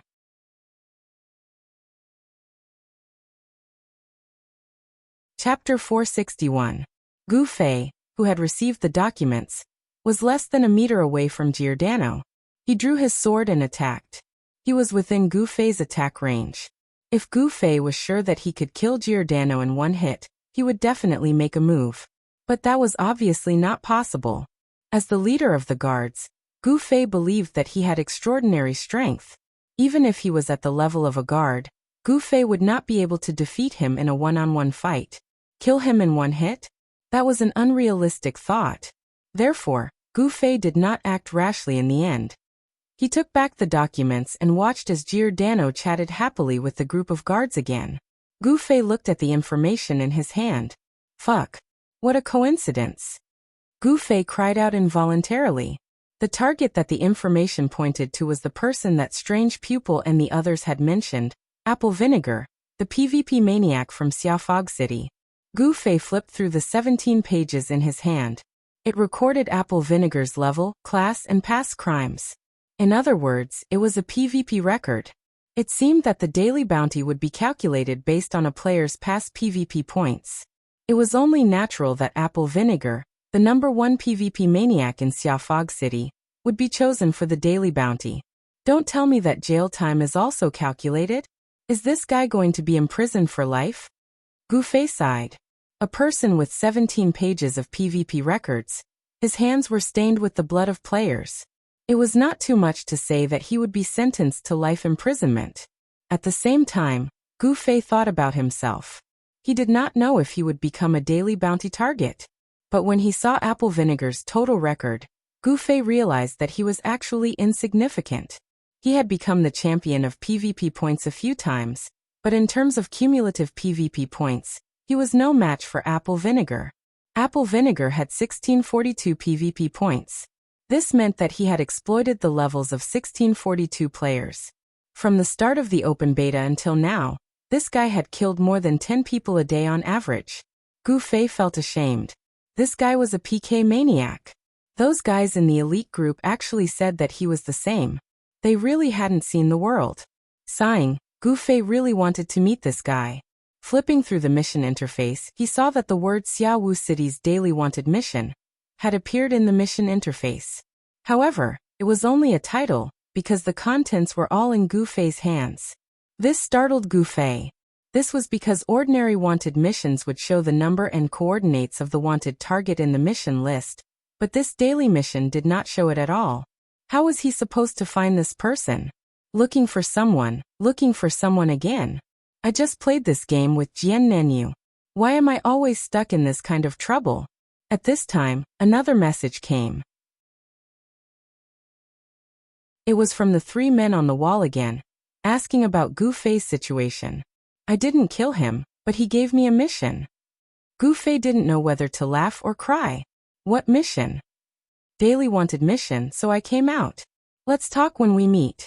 Gu Fei replied, then glanced at Giordano reluctantly, thinking that since he could come and go as he pleased in this place, it would be the same if he had the time to come back and see if there was a chance. With this thought in mind, Gu Fei left the guard room and exited through the back door. He followed the rope that Yin Xiaozhu had set up, and climbed back to the top of the wall. Take a look. Gu Fei showed the information in his hand to the three of them. Apple cider vinegar. Strange pupil muttered. 1642. Sword Demon was shocked. It was not difficult to do something once in a while, but it was difficult to do it day after day. 1642 PKs. This person was a PK maniac through and through. What do you know about this person? Gu Fei asked Strange Pupil. I fought him once when I was level 30, Strange Pupil said. And the result?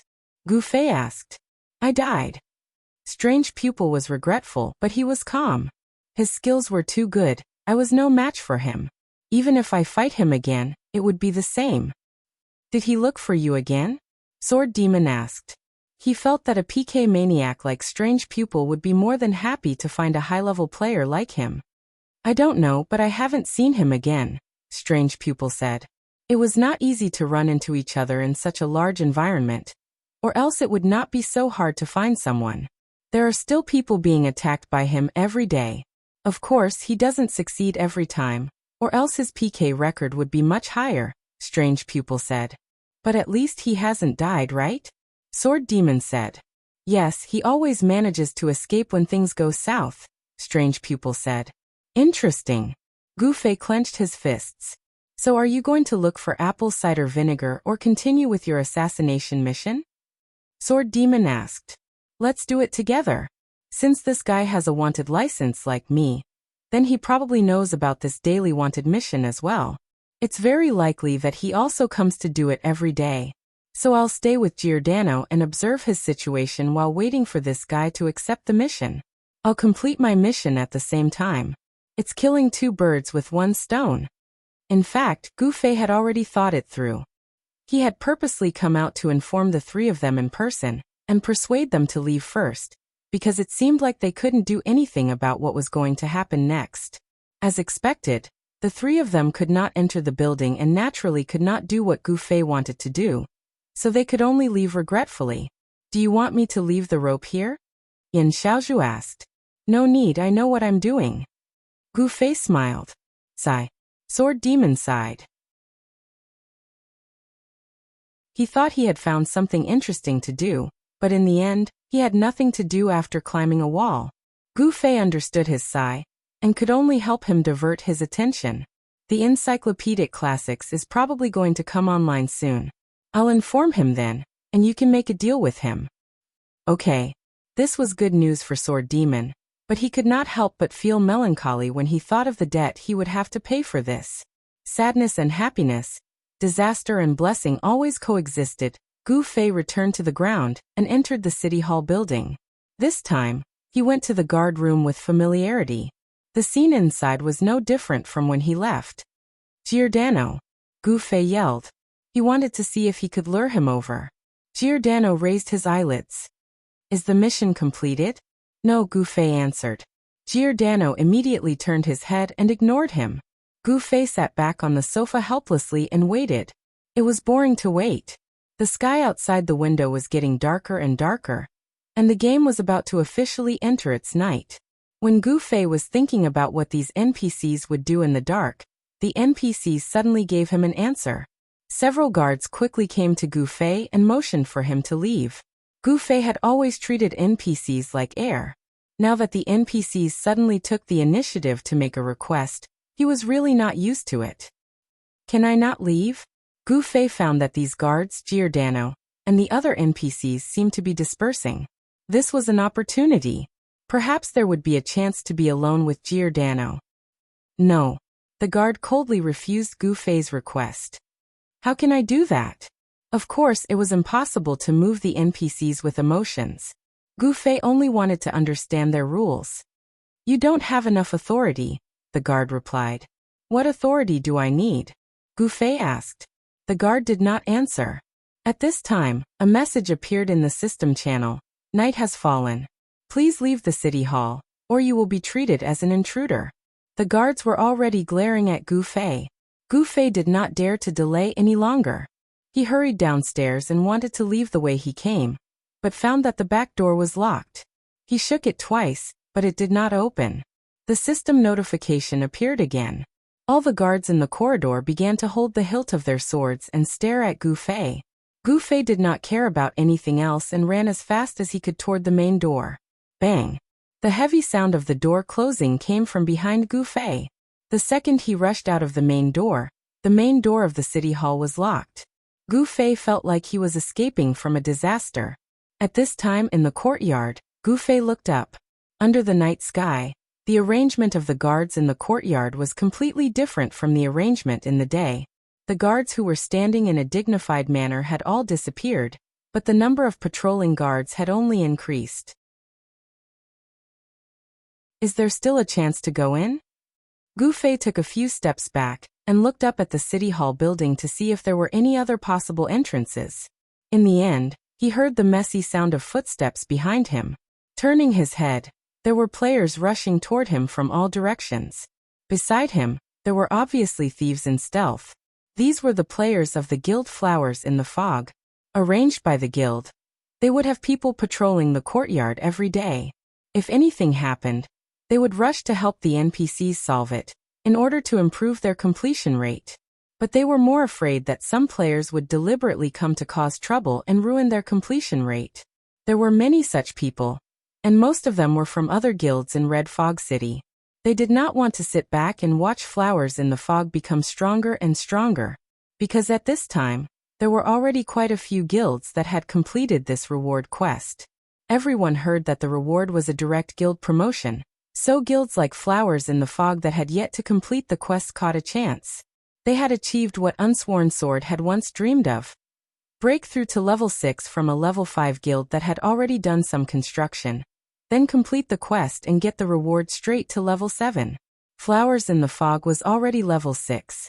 In fact, after hearing about this reward, they mobilized all of their members to rush to level 6.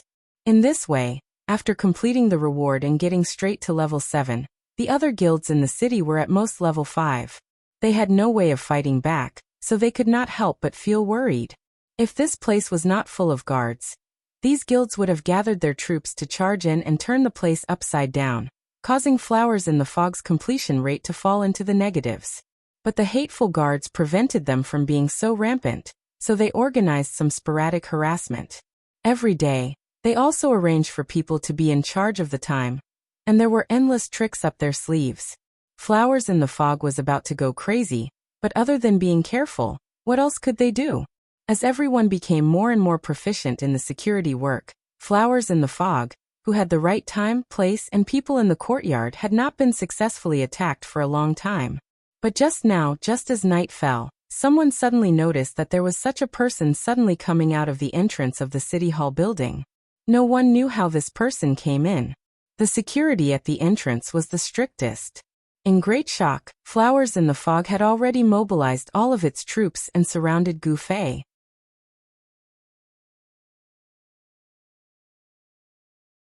Chapter 462. The voices of the crowd were bubbling with excitement. The sudden appearance of this guy made everyone in Flower in the Fog tremble in fear. His appearance was too bizarre and unbelievable. This must be some heaven-shaking conspiracy that was meticulously planned. What was this guy trying to do? Seeing him size up the city hall. Did he want to blow it up?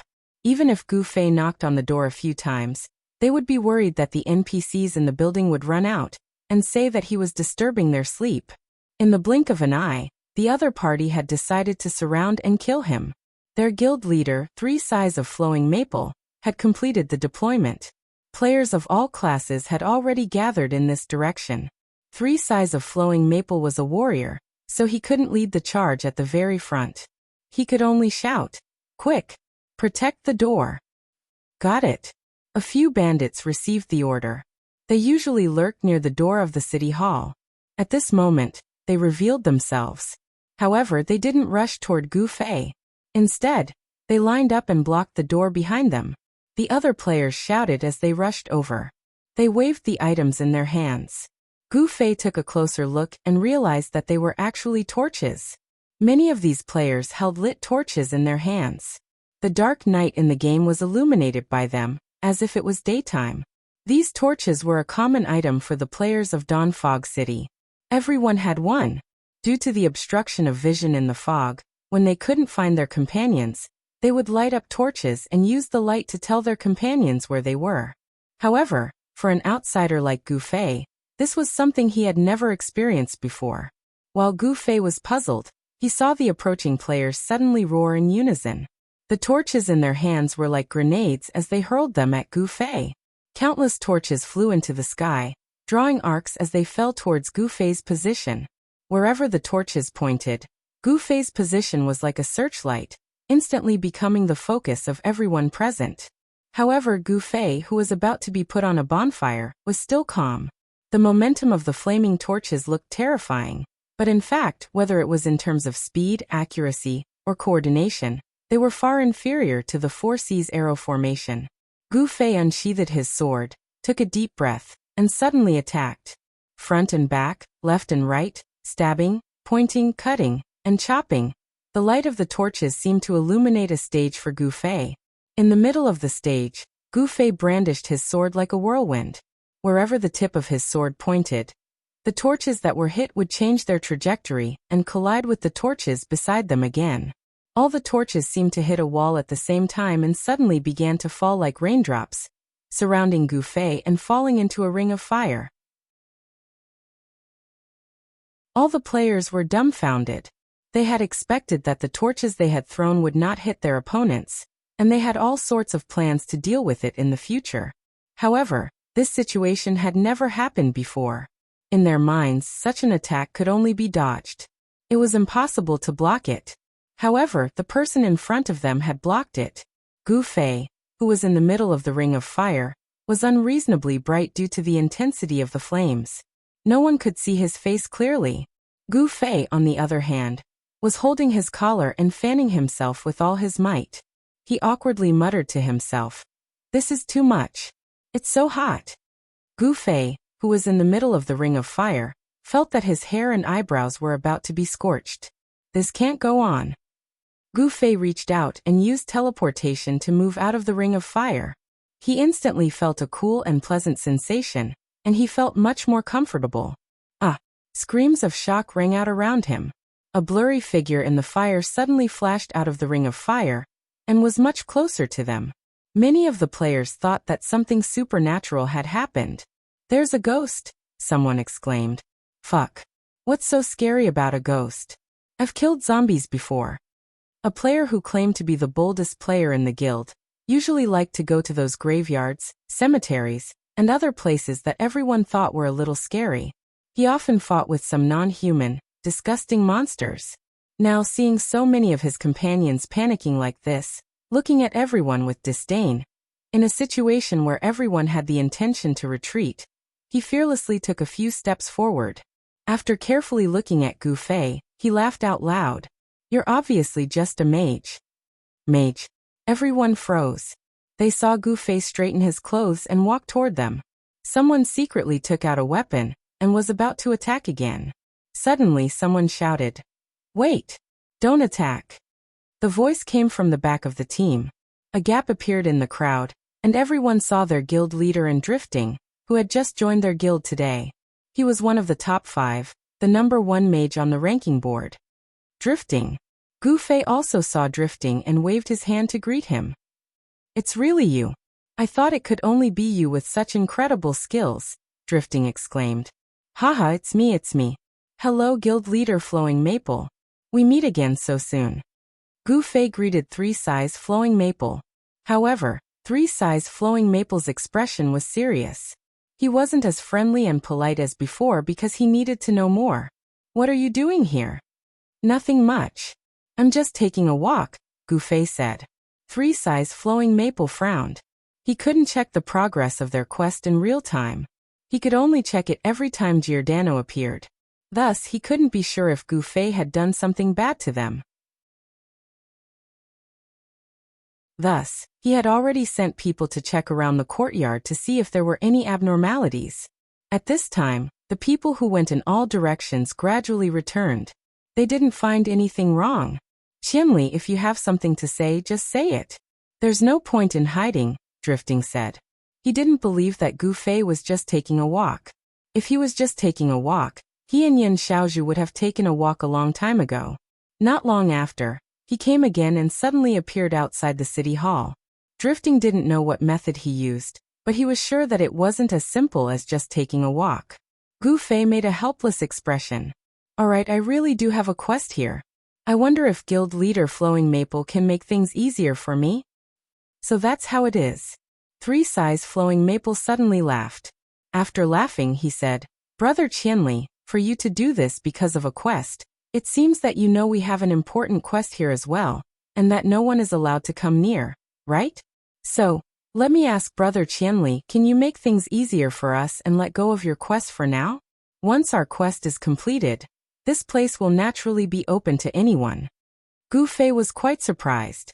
He didn't think that 3 Size Flowing Maple would answer like this. Just like that, she softly rejected him without any explanation, gently placing herself on the side of reason. No matter how hard Gu Fei pestered them, people would naturally think that he was being unreasonable. After all, it wasn't a big deal to let go of the quest in the game. Did he have to say that his quest had a time limit? Gu Fei didn't want to be so shameless, so he smiled and said, "Is that so? Then I'll think of another way."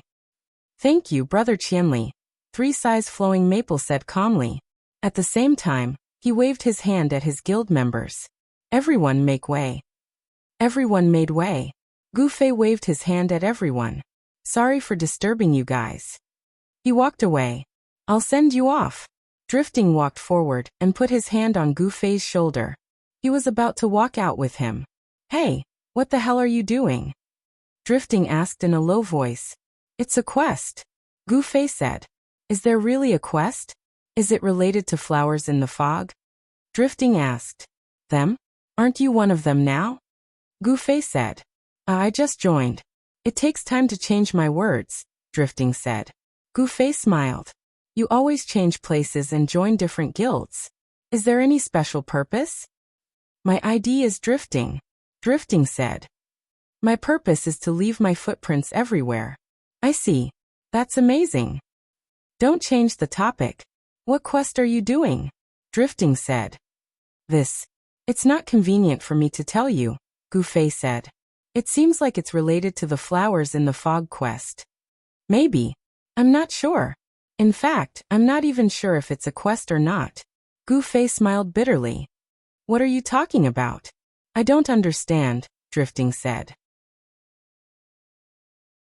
"It means you haven't drifted far enough. Keep it up. It's important to gain more experience." Gu Fei patted him. "That's not the point," Drifting said. "If you're really here to make trouble, it seems we'll have a chance to fight again." So if I were you, I wouldn't come online these days, Gu Fei said. Gu Fei looked straight ahead with melancholy in his eyes. I killed 2 of your original 5 rookies. Do you want to be the 3rd? Actually, you were the first. But you're lucky. You won't lose a level if you die in the match, Gu Fei said. So don't come online these days. It's for your own good. Gu Fei patted him again. I'm leaving. Gu Fei waved his hand and left. Fuck. Until Gu Fei's figure disappeared in the fog, Drifting finally spoke. When he returned to the municipal courtyard, Drifting saw 3 Size of Maple had called a few core members of the guild over. They were discussing countermeasures. When they saw him, they immediately shut their mouths. Drifting was used to this kind of situation. He had just joined the guild today. How could he get all of their trust? Even if he was one of the 5 rookies, it was impossible. Plus, he was a friend of this suspect. Drifting felt that 3 Size of Maple wouldn't let him participate in this event. When he walked closer, 3 Size of Maple took the initiative to ask, Drifting, do you think your friend will affect our quest? Yes. Drifting nodded. I've participated in this guild reward quest once. It's obviously a 2-way quest. I think the content of each main city's reward quest is different, but the difficulty must be the same. A 2-way quest will definitely be a part of your quest. Maybe this is just the beginning.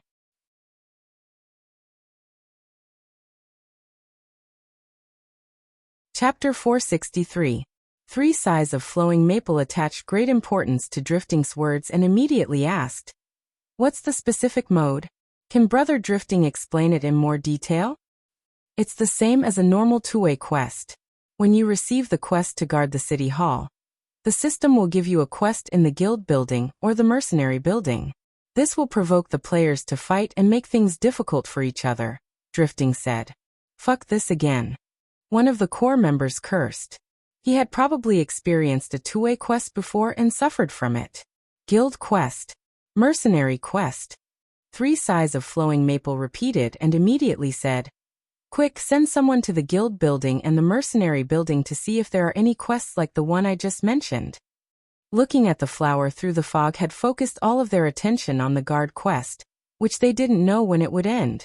It had been a long time since anyone had paid attention to any new quests from the guilds and mercenary groups. Now that they heard Drifting's words, 3 Flowing Maple Size immediately realized that they had overlooked something. They could only hope that it wasn't too late to mend the pen after the sheep were lost.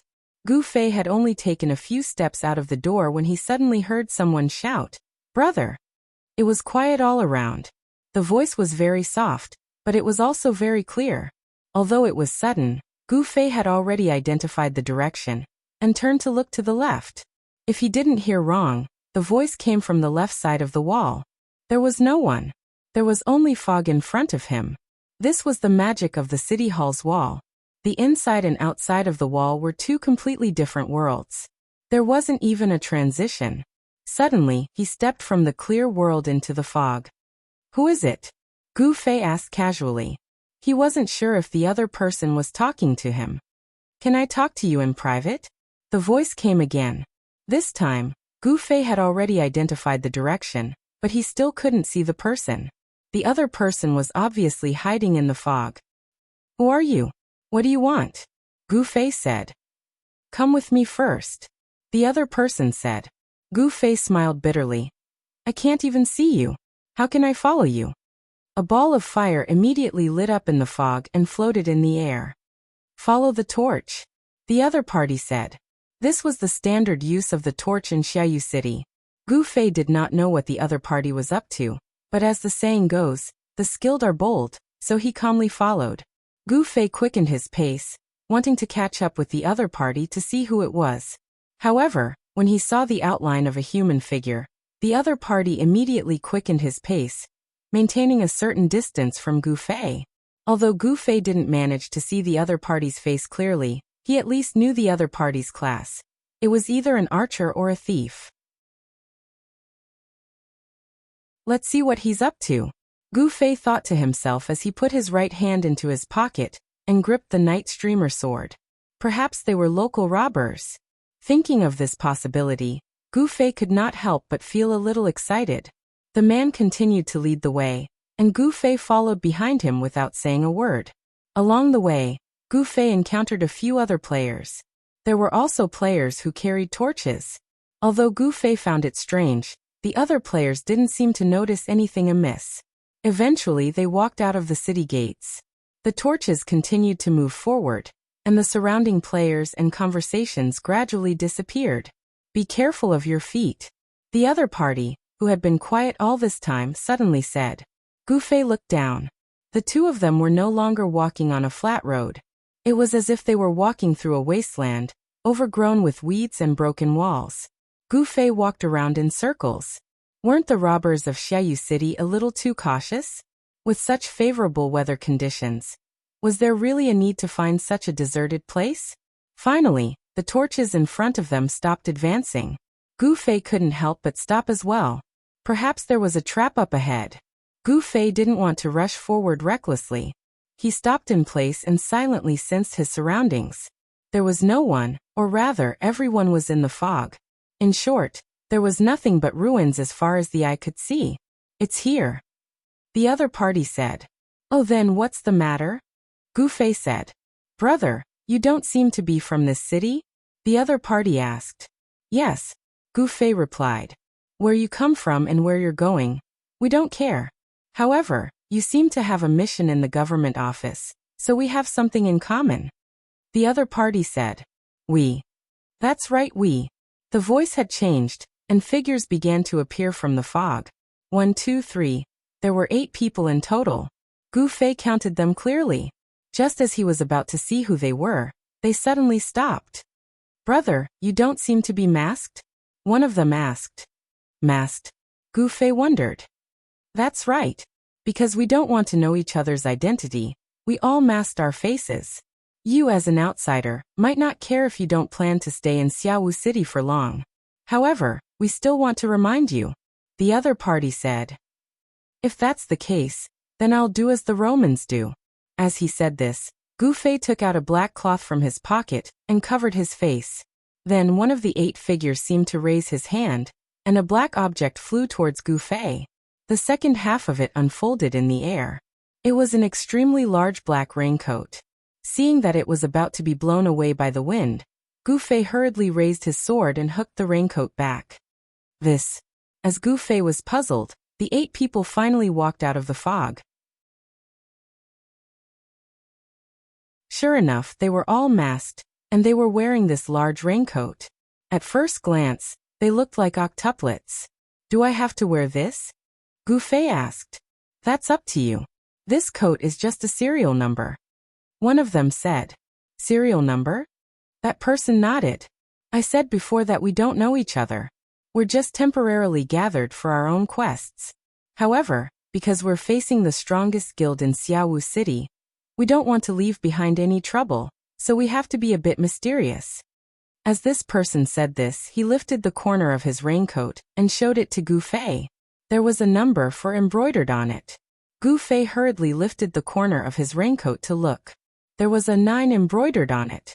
We don't know each other, so we'll call each other by serial number. You can call me number 4. Number 4 or number 4. It's up to you. But you definitely can't call me little 4. I don't like that. The number 4 player said. Don't call me number 2. The number 2 player said. Don't call me little 3. The number 3 player said. You're welcome to call me old 8. The number 8 player said. Gu Fei silently put on his raincoat and nodded. I don't mind. Just call me whatever you want. Since you've already accepted it, then the reason why we're gathered here and why we called you here, I'm sure you know. Number 4 said. Although no one clearly explained it to me, I think I already understand. Gu Fei said. You're all players who received a 2-way quest with flowers in the fog, so you've gathered together to complete your quest, right? That's right. Number 4 said. Too many people chose to give up their quest after realizing that they needed to fight flowers in the fog. Of course, there are also those who failed and were forced to give up. Up until now, I'm afraid that there are only 9 of us left. Number 4 said. Then, what's the content of your quest? This shouldn't be something that only you know, right? It's better if you tell us so that we can work together. Gu Fei said. Of course. As number 4 said this, the 8 of them introduced their quest to Gu Fei one by one. In the end they all asked Gu Fei, "What about you?" "Me. Assassinate Giordano," Gu Fei said. Although their faces were covered, Gu Fei could feel the shock on the 8's faces. They who were prepared to fight flowers in the fog obviously understood this quest. They knew that this NPC named Giordano seemed to be an important character in their quest. If they killed this person, then the flowers in the fog mission would probably be ruined, right? Of course, these people wouldn't think about flowers in the fog.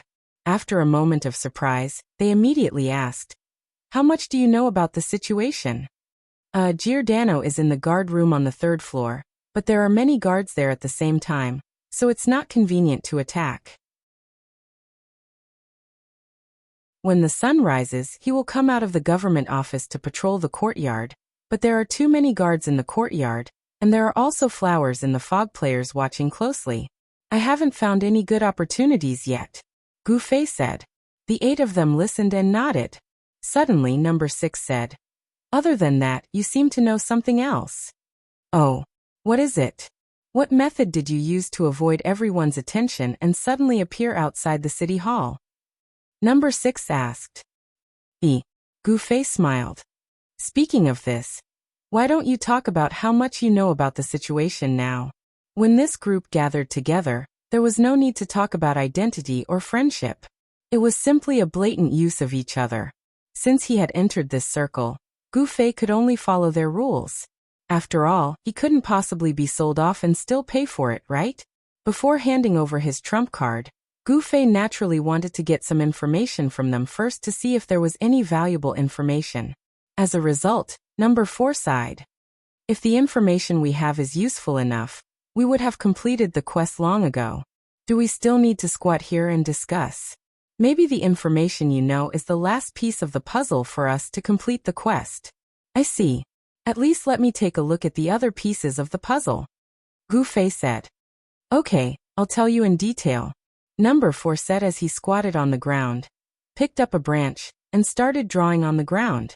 Gu Fei could tell at a glance that this guy was drawing a sketch of the city hall. He immediately piled up dirt, placed stones, drew arrows, and described the activities of the system NPCs in the city hall in great detail.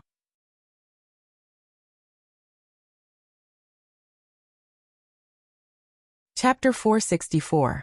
Not only did Gu Fei listen attentively, but he also took out a pen and paper to take notes. It really didn't take any effort at all. He originally thought that he would have to lie on top of the wall for a long time to understand the situation. But he didn't expect these 8 brothers who crawled out of the ruins to help him. These guys had been secretly watching this compound for a long time to understand the situation in such detail.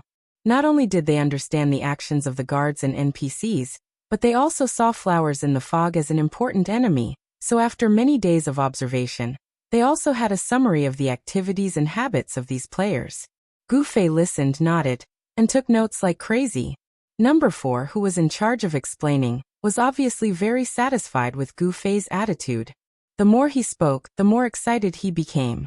Not only did he introduce the situation of the opponents, but he also told Gu Fei about the plans they had made before, but were unable to implement them. The most troublesome thing right now is that we have no idea how many stealth thieves' flowers in the fog left in this compound, so we can't do anything, number 4 said worriedly in the end. There's one more thing. Number 3, who was beside him, took the wooden stick in his hand and poked at the back of the government building on the ground. This is the backyard, but because it's blocked by the building, we have no idea what's going on behind it. My and 7's mission is to go to this backyard, so there's nothing in the backyard. There are no system guards, and there are no players' flowers in the fog, Gu Fei said. You've been there before? Number 3 and number 7 were excited. Yes, Gu Fei nodded. How did you do it? The 8 of them all looked at him. Have you never thought of climbing over the wall? Gu Fei looked back at the 8 of them. Wall. The 8 of them muttered. Because in their minds, it wasn't a wall at all. It was more than 10 meters tall, like a building. A 4 or 5-story building was blocking your way. Would a normal person think of climbing over it? You can climb over that wall? The 8 of them asked carefully. I use some tools, but I can still do it, Gu Fei said. You came in from the backyard, so you arrived in front of the government office without anyone knowing. Everyone was pleasantly surprised. More or less, Gu Fei said, but there's a little problem right now. What? The 8 of them looked at him. Gu Fei pointed at the government building in the courtyard. You should know that the government building is not open to players. Now, other than Ah-san, Ah-chi, and Ah-ba, the mission descriptions for the remaining 5 of you are all in the building. Are you sure you've been temporarily granted access to the mission? The few of them had expressions of grief and indignation on their faces. This kind of thing could have been known with a little try, but because of those foggy people, they wouldn't let us get close. So none of you know. Gu Fei said. The few of them felt regretful. But now that there's a way to climb over the wall and enter the backyard, what's there to worry about? Why don't we just give it a try? Gu Fei shook his head and said, climbing over the wall might not work anymore. Why? I suddenly appeared outside the government office and was surrounded by foggy people. Even though they let me go in the end, they didn't even ask how I suddenly appeared here. Isn't this a little strange? Gu Fei analyzed. Indeed. The few of them were startled. If they don't ask, then there's only one possibility. They've already determined how I entered the courtyard. At the very least, the backyard that no one was guarding would definitely be noticed. From then on, they wouldn't blindly believe in guarding the door. Sigh, my actions today seem to have made our mission a little more difficult. Gu Fei sighed. That makes sense. Flowing Maple 3 size isn't simple. He definitely thought of this, Number 3 suddenly said. Oh, you know him? Someone beside him immediately asked. Number 3 immediately shut his mouth and didn't say anything. There's another situation. At night in the game, the entire building is sealed. It doesn't seem to be open to players with access, Gu Fei said. How do you know? Number 4 asked. Because I'm a player with access, Gu Fei said. Your apple vinegar? Number 4 cried out involuntarily. The others also seemed to be a little panicked. They immediately distanced themselves from Gu Fei. Gu Fei shook his head. Didn't you all see that I'm an outsider? How could I be apple vinegar? The few of them calmed down and Gu Fei continued. Speaking of which, since you know that apple vinegar is a player with access, have you never thought of asking him about the situation inside the building? 5 of you have to enter the building to complete the mission. Number 4 bitterly smiled. It's not that we haven't thought about it, but if apple vinegar could be found so easily, he would have been torn to shreds long ago. He wouldn't have survived until today. Gu Fei nodded. It's nighttime right now. Even though we can't enter the government office, I think we can still use the method you mentioned to climb the wall and see the situation in the backyard. After all, it's all just your speculation, Number 4 said. Okay. Gu Fei nodded. Are there any other questions? Number 4 asked. There's one. Gu Fei pulled on the poncho he was wearing. Who made this? It's me. Number 2 raised his hand. The idea for the clothes came from Naruto's Akatsuki organization. The number embroidered on the clothes is an imitation of the captain's uniform in Shinigami, Number 2 said proudly. Gu Fei nodded and said, if you want to hide your identity, don't show too much of your preferences. That will expose who you are. It wasn't just Number 2. The others were stunned when they heard that, and started to reflect on themselves. Let's go. Gu Fei stood up. Let's go. Number 4 pulled on the poncho and called out to the others. Gu Fei, who was wearing Number 9's poncho, walked at the back.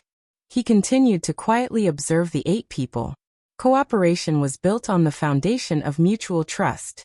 Gu Fei didn't think highly of this kind of cooperation where they had to hide their identity and only work together for benefits. The 9 people's quest was a two-way quest. This was the only thing they had in common. Other than that, they were all different. Think about it, if someone completed the first step of the quest, would he still be able to continue his responsibility and help the others complete the quest? Gu Fei felt that this was a big question. When Gu Fei came, he was with the faster classes. But now that they were returning, there were clearly slower characters among the 8, so they wasted a lot of time. Gu Fei raised his head to look at the sky. With this kind of movement speed, if they walked any longer, the sky would be bright. There should be some suitable transportation in the game. Otherwise, it would be unfair to these slower characters. They would waste a lot of time on the road, even when they were leveling up. They left the ruins and walked onto the main road. The 8 people kept their distance from each other. No one talked to each other. When they got close to the main city, some people had already started to take off their ponchos. This strange attire was quite eye-catching. Honestly speaking, people who wanted to do bad things in the dark shouldn't wear such a strange attire. Asking everyone to wear the same attire was even more stupid. This should be a method used to publicly demonstrate their power. Gu Fei didn't care and continued to wear it. Number 2 seemed to admire his work. Everyone else had already taken it off, but he was still wearing it. Gu Fei slowly leaned behind him and asked softly, "Was it your idea to get this set of clothes?" "Yeah." "What's wrong?" Number 2 asked. "Nothing, are numbers." Gu Fei lifted the 9 on the corner of his clothes and asked, "Are they arranged according to who joined first?" "Yeah." Number 2 said. "Then how many did you make beforehand?" Gu Fei asked. 13. Number 2 said. "Why 13? Gu Fei suddenly froze. He remembered that Andrew Su's diary also specifically mentioned the number 13. He said that he was 13 missions away from reaching 200. He also said that this number seemed unlucky. Haven't you seen the Grim Reaper?" "Okay, I got it," Gu Fei said. It seemed like it was just a coincidence. The 9 people finally arrived outside the city hall. While making sure there weren't any other players around, Gu Fei led the 8 people to the wall of the backyard. "Is it possible to go up from here?" The 8 people came up to study. "I said I needed some tools." Gu Fei took out a flying hook and skillfully threw it onto the wall. Where did you get this thing?" The 8 people who saw the flying hook for the first time immediately asked the same question as the other players. "I made it myself," Gu Fei explained many times, feeling a bit helpless. Why were these players so inflexible? Did the tools have to be directly provided by the game? Didn't they know how to make it themselves? They clearly had their own ponchos. Why didn't they think of something like this? "Are we going to climb up like this?" Number 4 came up and tugged on the rope to make sure it was sturdy. "It might be a bit difficult at first. Let's practice first," Gu Fei said as he threw 2 more up. He really did make a lot of them in one go. At the top of the wall, Gu Fei immediately started a lesson on how to climb the wall with flying hooks. However, these 8 people obviously didn't have Yan Xiaozhu's talent. They could barely climb a few steps, but they couldn't persist to the end. They would always make mistakes midway, lose their balance, or lose their footing while swaying, causing the flying hooks to fall off. The people on the 3 ropes fell like dumplings. "Little 7, don't climb so hard. Your feet are only used to stabilize your body. You mainly rely on your arms. Number 4, why do you keep leaning to the left? Don't just rely on one leg, use both legs. Number 3, don't be so anxious. What? You don't have enough stamina? Then hurry up, go. Number 6, what are you doing? Come down. This can only support the weight of one person. Gu Fei squatted down by the wall, looking up from time to time to give advice. In the end he sighed and said, "The sun will rise soon. If everything goes well, we can directly enter the city hall after climbing over the wall." "Oh, okay." The 8 people were sweating profusely as they continued to practice.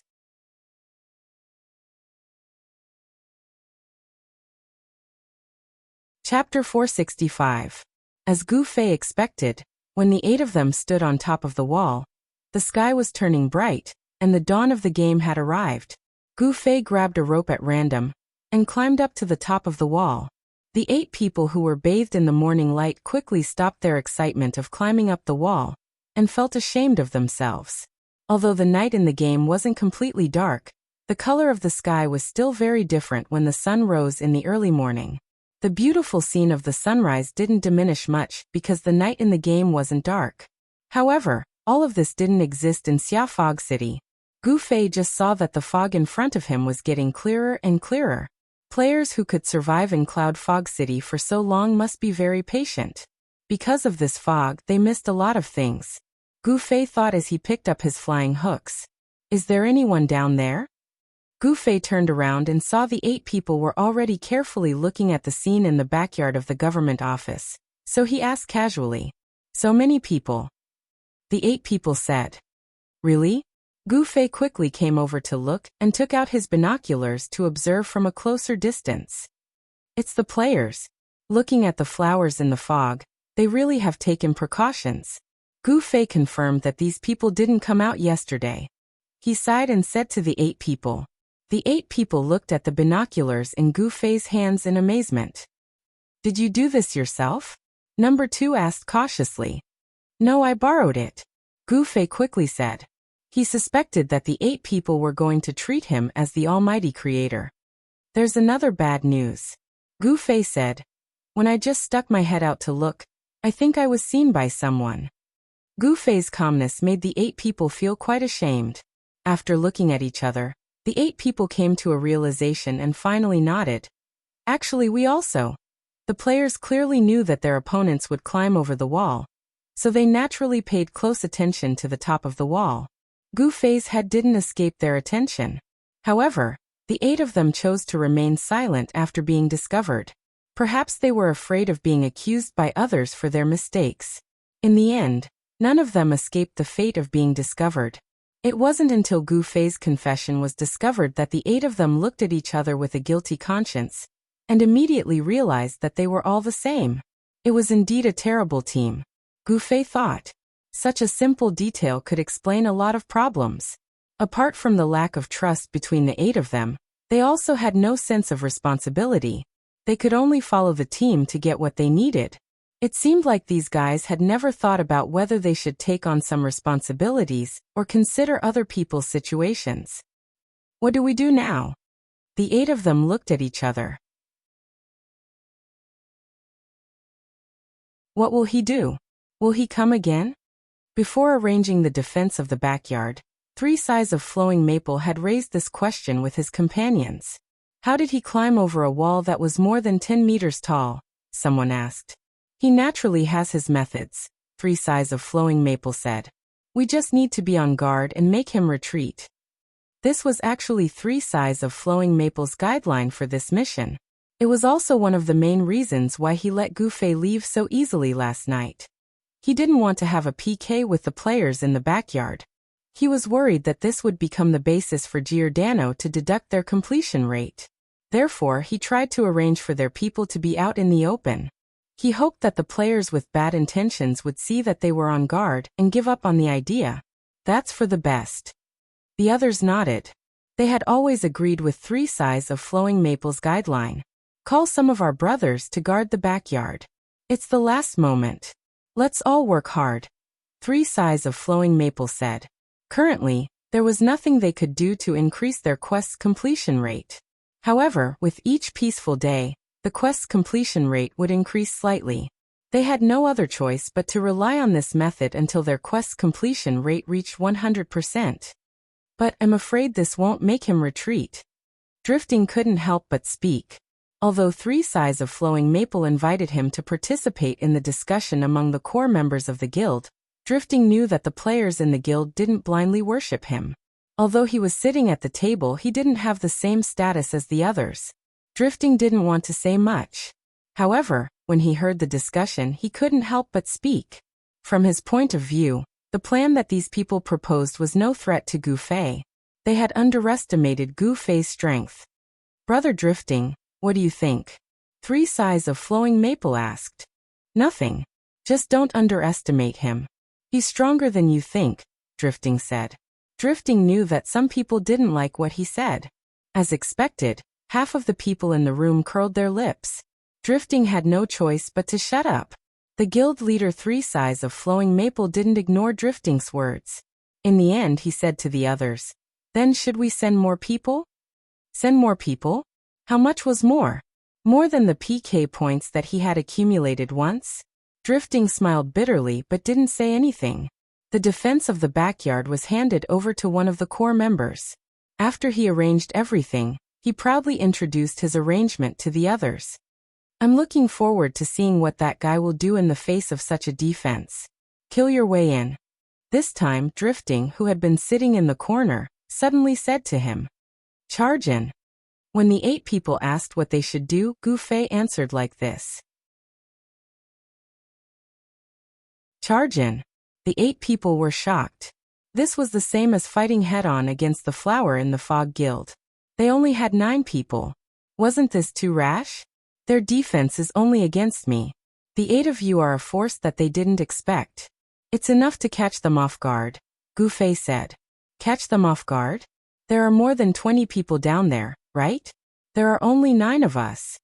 Number 2 said and then immediately reacted. He looked at Gu Fei in surprise. To deal with you, they sent more than 20 people?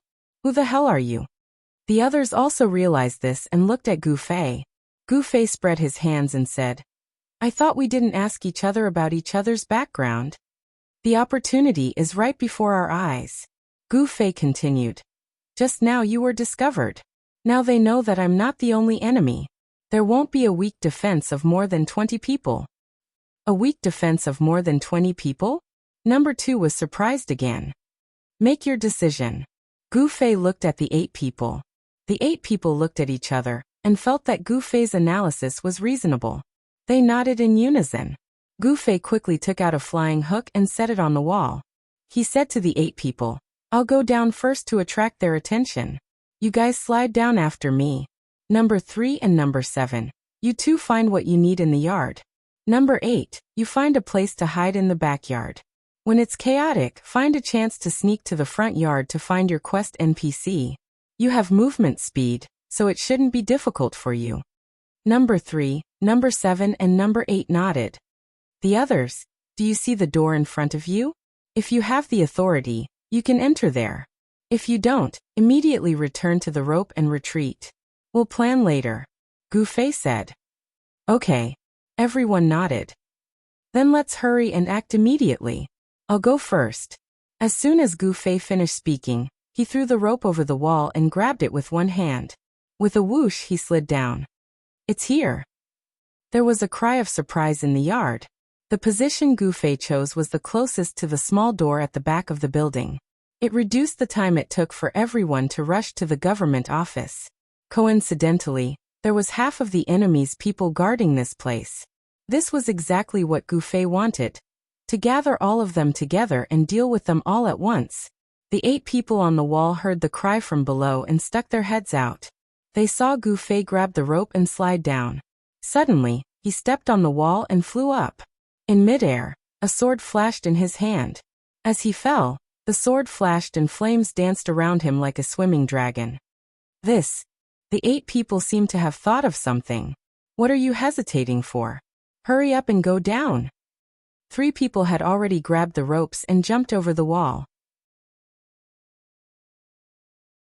Cries of surprise could be heard from the bottom of the wall. Gu Fei's descent from the sky was a genuine head-on attack. The circle of dual flame flash that he slashed out hit the enemy's head. 4 people were instantly killed. The other 3 who were hit by the sword had pale faces and red health. They panicked and retreated. Gu Fei spun and landed on the ground. He took a step forward and turned around. With a 900-degree turn, dual flame flash, the players surrounding him looked as if they had planned to be instantly killed by him. With this turn, not a single one of them would be left alive. 900 degrees, 2.5 revolutions. No matter how high their health was, they wouldn't be able to take 2 of Gu Fei's dual flame flash. To split a skill into 2 parts and smash it onto someone else's body, Gu Fei's skill completely subverted the game's design. After showing off his godly might, the players who were watching in the dark started to feel nervous. Their footsteps to surround him were no longer as firm. The 3 people who slid down from the top of the wall were already in position. There was a mage and an archer. They were using all sorts of methods to attack the enemy. Those above, hurry! Gu Fei shouted and took the initiative to attack, heading straight for the back door of the building. When he flew down, a few of the players who were watching in the dark immediately retreated towards the door. It was obvious that they had made arrangements beforehand. Gu Fei had already expected this. He had already saved some mana for these people. 3 more people slid down from the 8 people on the wall. They were number 3, 7 and 8. Gu Fei pounced towards the back door of the government office. The players who were watching in the dark all rushed over to help. Number 3 and 7 took advantage of the fact that no one was paying attention to them and started searching the backyard. Number 8 had already seen a bush in the backyard. He rushed over and leapt into the bush. Finally, the 2 of them began to slide down the rope. There were already noises coming from both ends of the government office building. The reinforcements who were watching in the dark had already rushed over. When the 9 people appeared one by one, the guard who noticed that there were 9 heads had already reported the situation to the guild master. 3 Sighs of Flowing Maple was surprised that there were so many opponents. Naturally, he quickly dispatched people over.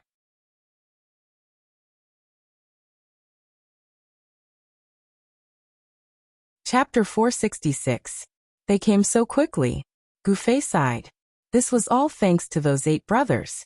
If the first person had calmly said, "There are many people down there and we've been discovered," after revealing his head, everyone else would naturally be on guard and not be exposed.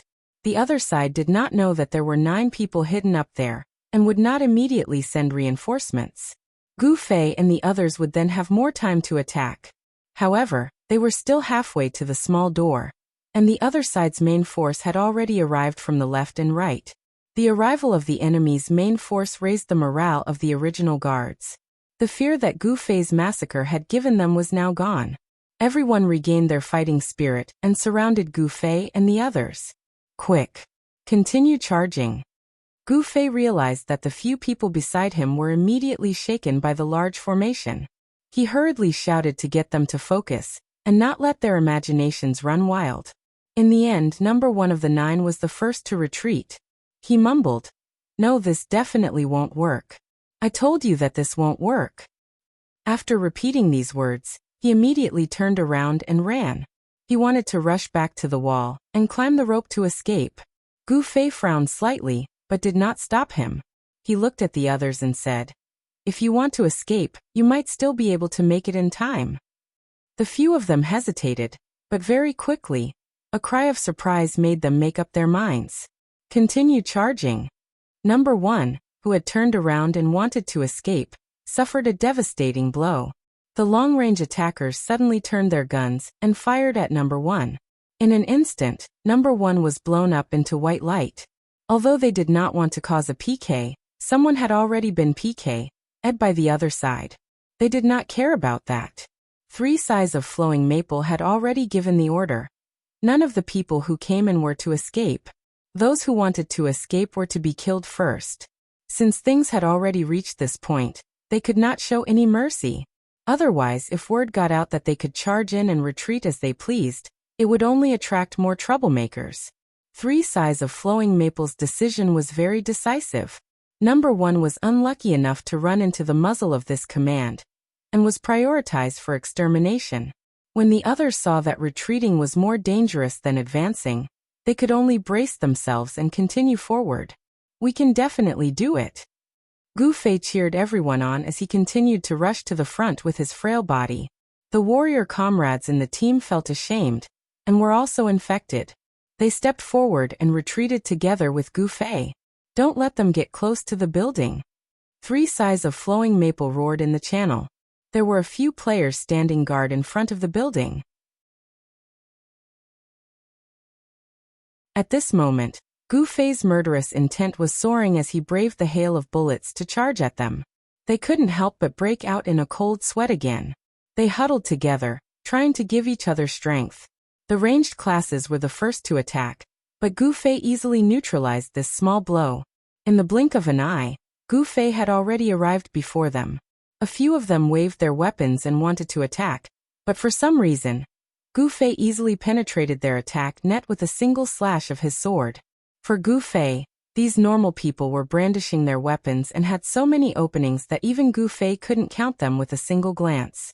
If he didn't finish them off in one move, it would be a disgrace to his 20 years of hard work. As soon as the flames appeared, the group of players was immediately pierced through. The dazzling white light made 3 Sighs of Flowing Maple pinch his thigh. He wished he could grow wings and fly in front of Gu Fei to block his way. At this moment, he felt that drifting swords were too much. This person's strength was not underestimated. He was unimaginably strong. The path forward had been cleared, but some of the people following Gu Fei weren't as fast as him. Some of them dodged the ranged attacks along the way, but they couldn't be as fast as him. But now that they saw that all the obstacles had been swept away by Gu Fei, the group of people no longer cared about anything else, and only cared about charging forward like madmen. This was the only way out for them. At this moment, they didn't even need to test the waters. Without the permission to enter the government office, only death awaited them. Even if they successfully entered the government office, what would the players do? These people didn't know what to do, but Gu Fei had expected it. He could tell that the players did not have the permission to enter the government office, because their positions had never been parallel to the guards at the entrance. As long as they entered the government office, they would definitely be safe. Come on. You'll be safe once you get in. Gu Fei roared. He had basically done everything he could. Whether or not these people could successfully rush into the building depended on themselves. It depended on their class, equipment, reaction speed, and luck. At the same time, Gu Fei went to look for number 3, number 7, and number 8 in the courtyard. At this moment, the players were attracted by the imposing manner of Gu Fei's group, and tried their best to stop them. Number 7 ran here and there in the backyard, hiding behind some things from time to time. Surprisingly, no one noticed him. Number 8, at this time, was also moving in the bushes that he had crawled into. Looking at the path of the bushes, Gu Fei guessed that this guy was crawling toward the front yard. As for number 3, Gu Fei's eyes quickly swept around the courtyard, but he didn't find number 3. Gu Fei remembered that when he first came to the courtyard, he went to search with number 7. But where was he now? Was he killed? Gu Fei didn't notice at all.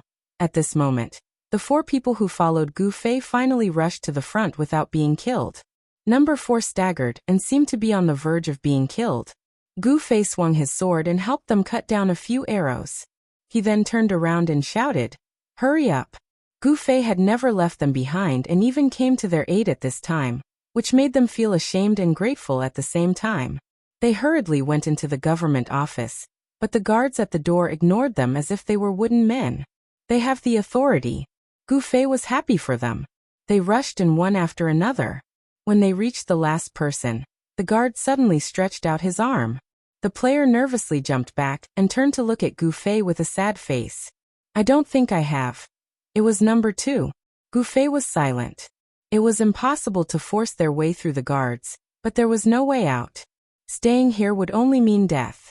Gu Fei turned around and saw that number 7, who was still looking for the things needed for the mission, had a terrified expression on his face.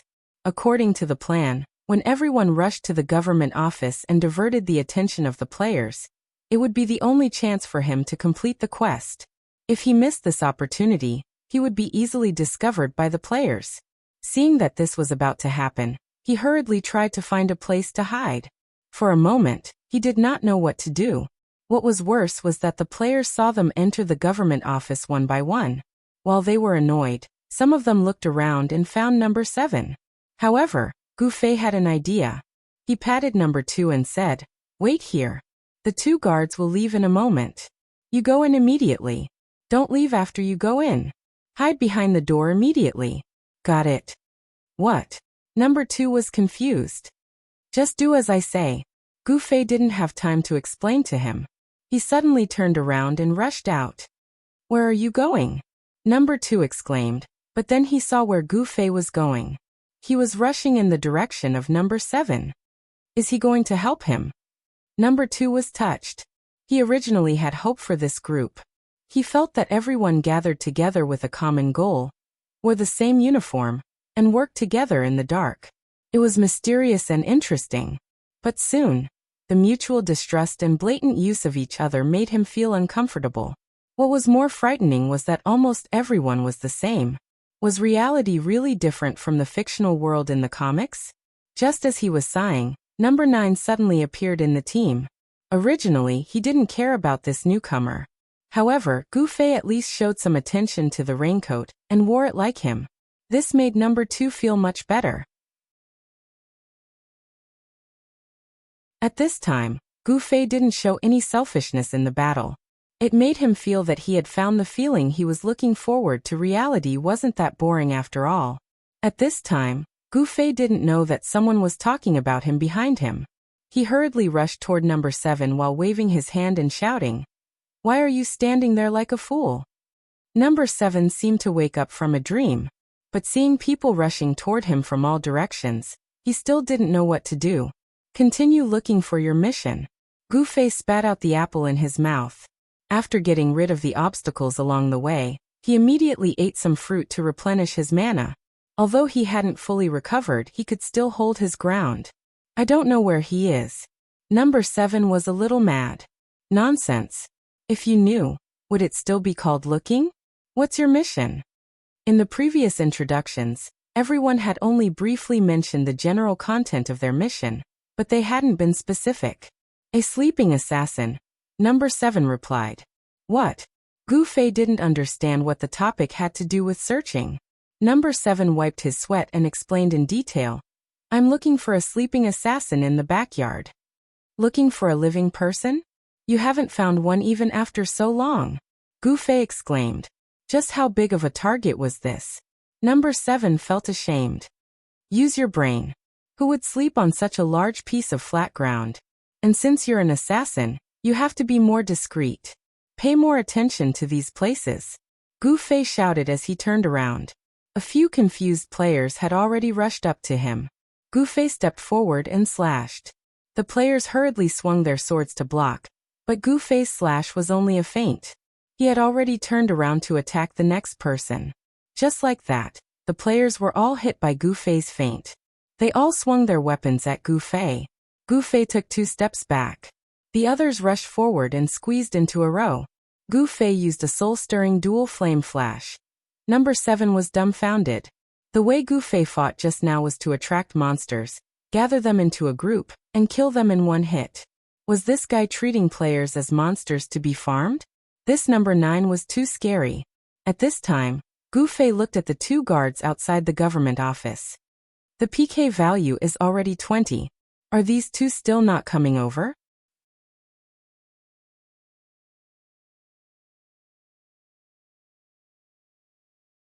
Chapter 467. A player with a PK value between 20 and 30 would not attract the attention of the system guards, but the system guards would never tolerate criminals who were right under their noses. Gu Fei hoped that the 2 guards at the door would have the same awareness. Gu Fei's wish came true. The 2 guards had sharp eyes, and they immediately recognized Gu Fei as a criminal who had a PK value of over 20. They rushed toward Gu Fei without hesitation. Number 2, who was confused by Gu Fei, saw that the 2 guards had actually left. Naturally, he did not know that Gu Fei had only used such a simple rule. He only felt that number 9 was getting more and more mysterious. "Go in," Gu Fei shouted at him from the other side. Number 2 did not hesitate, and immediately entered the unguarded back door of the government office. He completely followed Gu Fei's instructions. After entering the door, he did not take a single step and immediately hid in the corner behind the door. As for the 2 guards, Gu Fei was experienced in dealing with them. Since the guards had their own posts to guard, they would not chase too far away. Therefore, they only needed to run a short distance away. This was the same logic as escaping from the aggro range of small monsters. Therefore, the more troublesome ones were the players who were watching in the fog. Seeing that more than half of the 9 intruders had successfully entered the government office, the players who were watching in the fog were going crazy. They could only vent their anger on the 2 targets that were right under their noses. Although the backyard was smaller than the front yard, it was not as visible as the front yard. There were plenty of places to hide. Gu Fei dragged number 7 and played hide-and-seek with the players who were watching in the fog. The players who were watching in the fog had nowhere to vent their anger, and all of them were suffering from internal injuries. "Who are they?" 3 sighs of flowing maple asked the frontline guild members. "I don't know. They all have their faces covered." This answer made everyone go crazy. This meant that they would not even have the chance to seek revenge in the future. "Damn it." 3 sighs of flowing maple, who had always been calm and collected, could not help but curse. We must find those two. Yes, everyone was confident. Although they did not know where the two were hiding, the backyard was only so big. It was only a matter of time before they were found. Number 7, who was hiding with Gu Fei, was very nervous. Hearing the messy footsteps around him, he said with a trembling voice, "We can't hide like this." "Hide." Gu Fei looked back at him. "We are looking for your quest, big brother." Quest. Quest. Number 7 was so nervous that he had forgotten. "Isn't it some sleeping assassin?" Gu Fei said as he continued to look around. "It's here." Suddenly, there was a shout, followed by countless mages chanting loudly. Number 7 was so scared that he almost fell to the ground. Gu Fei sighed. "It's not us. It's number 8. The extensive carpet search did not find the two of them, but they did find number 8, who was still hiding in the bushes. Speaking of which, this guy was timid. When more and more people gathered, he was too careful and walked too slowly. As a result, he ended up like this. "We killed one." The players who were looking at the flowers in the fog excitedly told each other. "Stop daydreaming, hurry up." Gu Fei was not affected at all, and continued to urge number 7. Their efforts paid off. More importantly, Gu Fei's plan was clearly correct. If they were looking for a sleeping NPC, they had to find a suitable place to sleep. Finally, under a large tree, in the embrace of a shrub, the two of them found the assassin NPC sleeping like a dead pig. What kind of feeling was it to be able to sleep in a place like this? As Gu Fei thought about it, number 7 was busy talking to the NPC assassin. He got up and said, "It's done." "Why isn't he awake?" Gu Fei asked.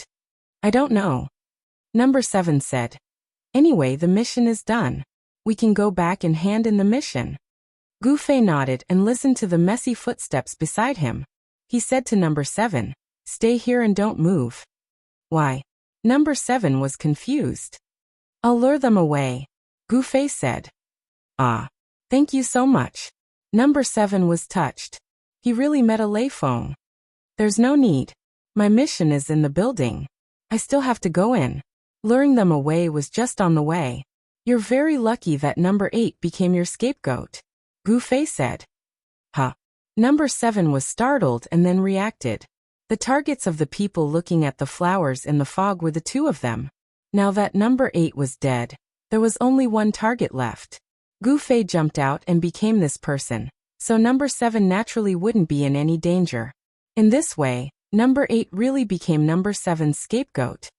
"I'm going," Gu Fei said and suddenly rushed out of the bushes. "Over here." It was the same cry as before. Many mages chanted loudly. But Gu Fei wasn't the previous number 8. He wasn't scared to the point that his legs went soft. How could a trifling spell hit him? He saw Gu Fei dashing out like a wisp of smoke, leaving behind a sea of fire caused by the explosions of the mages. The arrows shot by the archers couldn't aim at such a fast figure. Moreover, the tracking arrow had limited speed, so Gu Fei easily shot it down. A bunch of people were so anxious that they stomped their feet and roared as they surrounded Gu Fei. The unlucky ones were naturally the ones who came head-on. Gu Fei mercilessly slashed out with his sword and took down 2 people. He then stepped on them and ran over. It wasn't because Gu Fei was merciful. He didn't want his PK points to increase anymore. At this time, although there were many people, Gu Fei had already turned a blind eye to them. However, the 2 guards at the door made him feel more troublesome. At this time, he had already entered the range of the 2 guards' attention.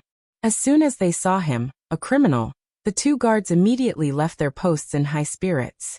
Gu Fei rushed head-on, but at the moment when he was about to collide with the 2 guards, he suddenly used teleportation and flew behind the guards. He wanted to use the distance advantage to rush into the government office. As a result, he heard a scream behind him. When he looked back, it turned out that the players who were chasing and attacking Gu Fei suddenly teleported and disappeared mysteriously. Many of the attacks hit the guards. This was really an unexpected disaster. How could the guards who were attacked ignore this kind of hatred? They directly abandoned Gu Fei and rushed towards a few players who dared to challenge them. Being attacked by the guards and dying was secondary. What was more painful was that this would definitely be a huge blow to their mission. They were asked to help guard the government office, but in the end, they attacked the guards who were guarding the office. What a heavy sin. The three sighs of Flowing Maple wanted to die. He estimated that when he saw Giordano again, their mission completion rate would be 0. Gu Fei also felt sorry for this. He even spread his hands at the people who were chasing him and said, "I really didn't do it on purpose." After saying that, he turned and walked into the government office. Aha! The players who were looking at the flowers in the fog were in great pain and desperately needed to find an outlet. However, they didn't dare to touch a single blade of grass in the courtyard. They all wanted to vomit blood. Number 7, who was still hiding in the dark, trembled when he heard such a large group of people beside him. He felt a great mental challenge. Gu Fei, who had rushed into the government office, did not hesitate to turn around and hide in the corner behind the door. Number 2 was squatting there and didn't know what to do. When he suddenly saw Gu Fei, he was very surprised. "You're here too?" "Yeah." Gu Fei nodded and peeked at the situation in the corridor outside. There were guards on both sides of the corridor. Gu Fei, who had been here before, knew this very well. However, last time he could talk to them openly. Now that he had 20 PK points, Gu Fei didn't dare to be so arrogant anymore. He could only hide patiently and wait for the PK points to automatically decrease. "What's your mission?" Gu Fei asked Number 2. Number 2 was more troublesome than him. He didn't have the authority to enter the government office, so he obviously couldn't show his face in front of the guards. Gu Fei could eliminate some PK points to solve the problem, but what could he do? My mission? Number 2 had complete trust in Gu Fei, so she didn't hide anything from him. "Stealing. No wonder you don't have the authority," Gu Fei said as he took off his mask. He used it as a towel to wipe the sweat off his face and let out a long breath. "I don't know if I can get this thing and give it to you," Gu Fei said. "This? I don't know either." "Let's try it later," Gu Fei said as he sat on the ground. Number 2 was curious why Gu Fei was hiding here and not taking action. "My PK points are now 20, so I'll be attacked by the guards. It'll be easier to take action when it decreases a little," Gu Fei said. At the same time, he also understood how Gu Fei knew that the 2 guards would leave. Instantly, he was greatly touched. Clearly, Gu Fei had intentionally increased his PK points to 20 in order to help him. "Thank you." Number 2 could only express his gratitude this way. Gu Fei didn't hesitate and asked, "You're number 2, so you're considered one of the elders in this team, right?" Number 2 was embarrassed. "I just joined earlier." "The initiator was number 1? "No, it was number 3, Number 2 replied. But because he liked number 3's clothes, he took number 3. "No wonder," Gu Fei said. "No wonder what?" Number 2 asked. "No wonder number 1 was the first to retreat. I've always felt that it was a little strange. According to the order of the numbers, number 1 should be the initiator. He should be more confident in our actions. He shouldn't be like this number 1, who is so hesitant and unconfident. You even noticed this." Number 2 was deeply impressed. "But number 3 is also gone now," Gu Fei said. Hung up?" Number 2 asked. "I don't know." Gu Fei shook his head. "I couldn't find him when I was looking. Someone's here," Gu Fei said as he suddenly made a shushing gesture. He heard footsteps coming from outside. Was someone entering the government office? Sure enough, a figure flashed into the hall. You're tuning in to the Li Mei's Wuxia Whispers YouTube channel. We're so grateful for your support, and don't forget to subscribe to join us on this incredible journey through captivating stories. Your generosity through donations truly makes a world of difference, as it's the primary source of revenue that allows me to expand and enhance this channel for you. Thank you from the bottom of my heart for being a part of this adventure.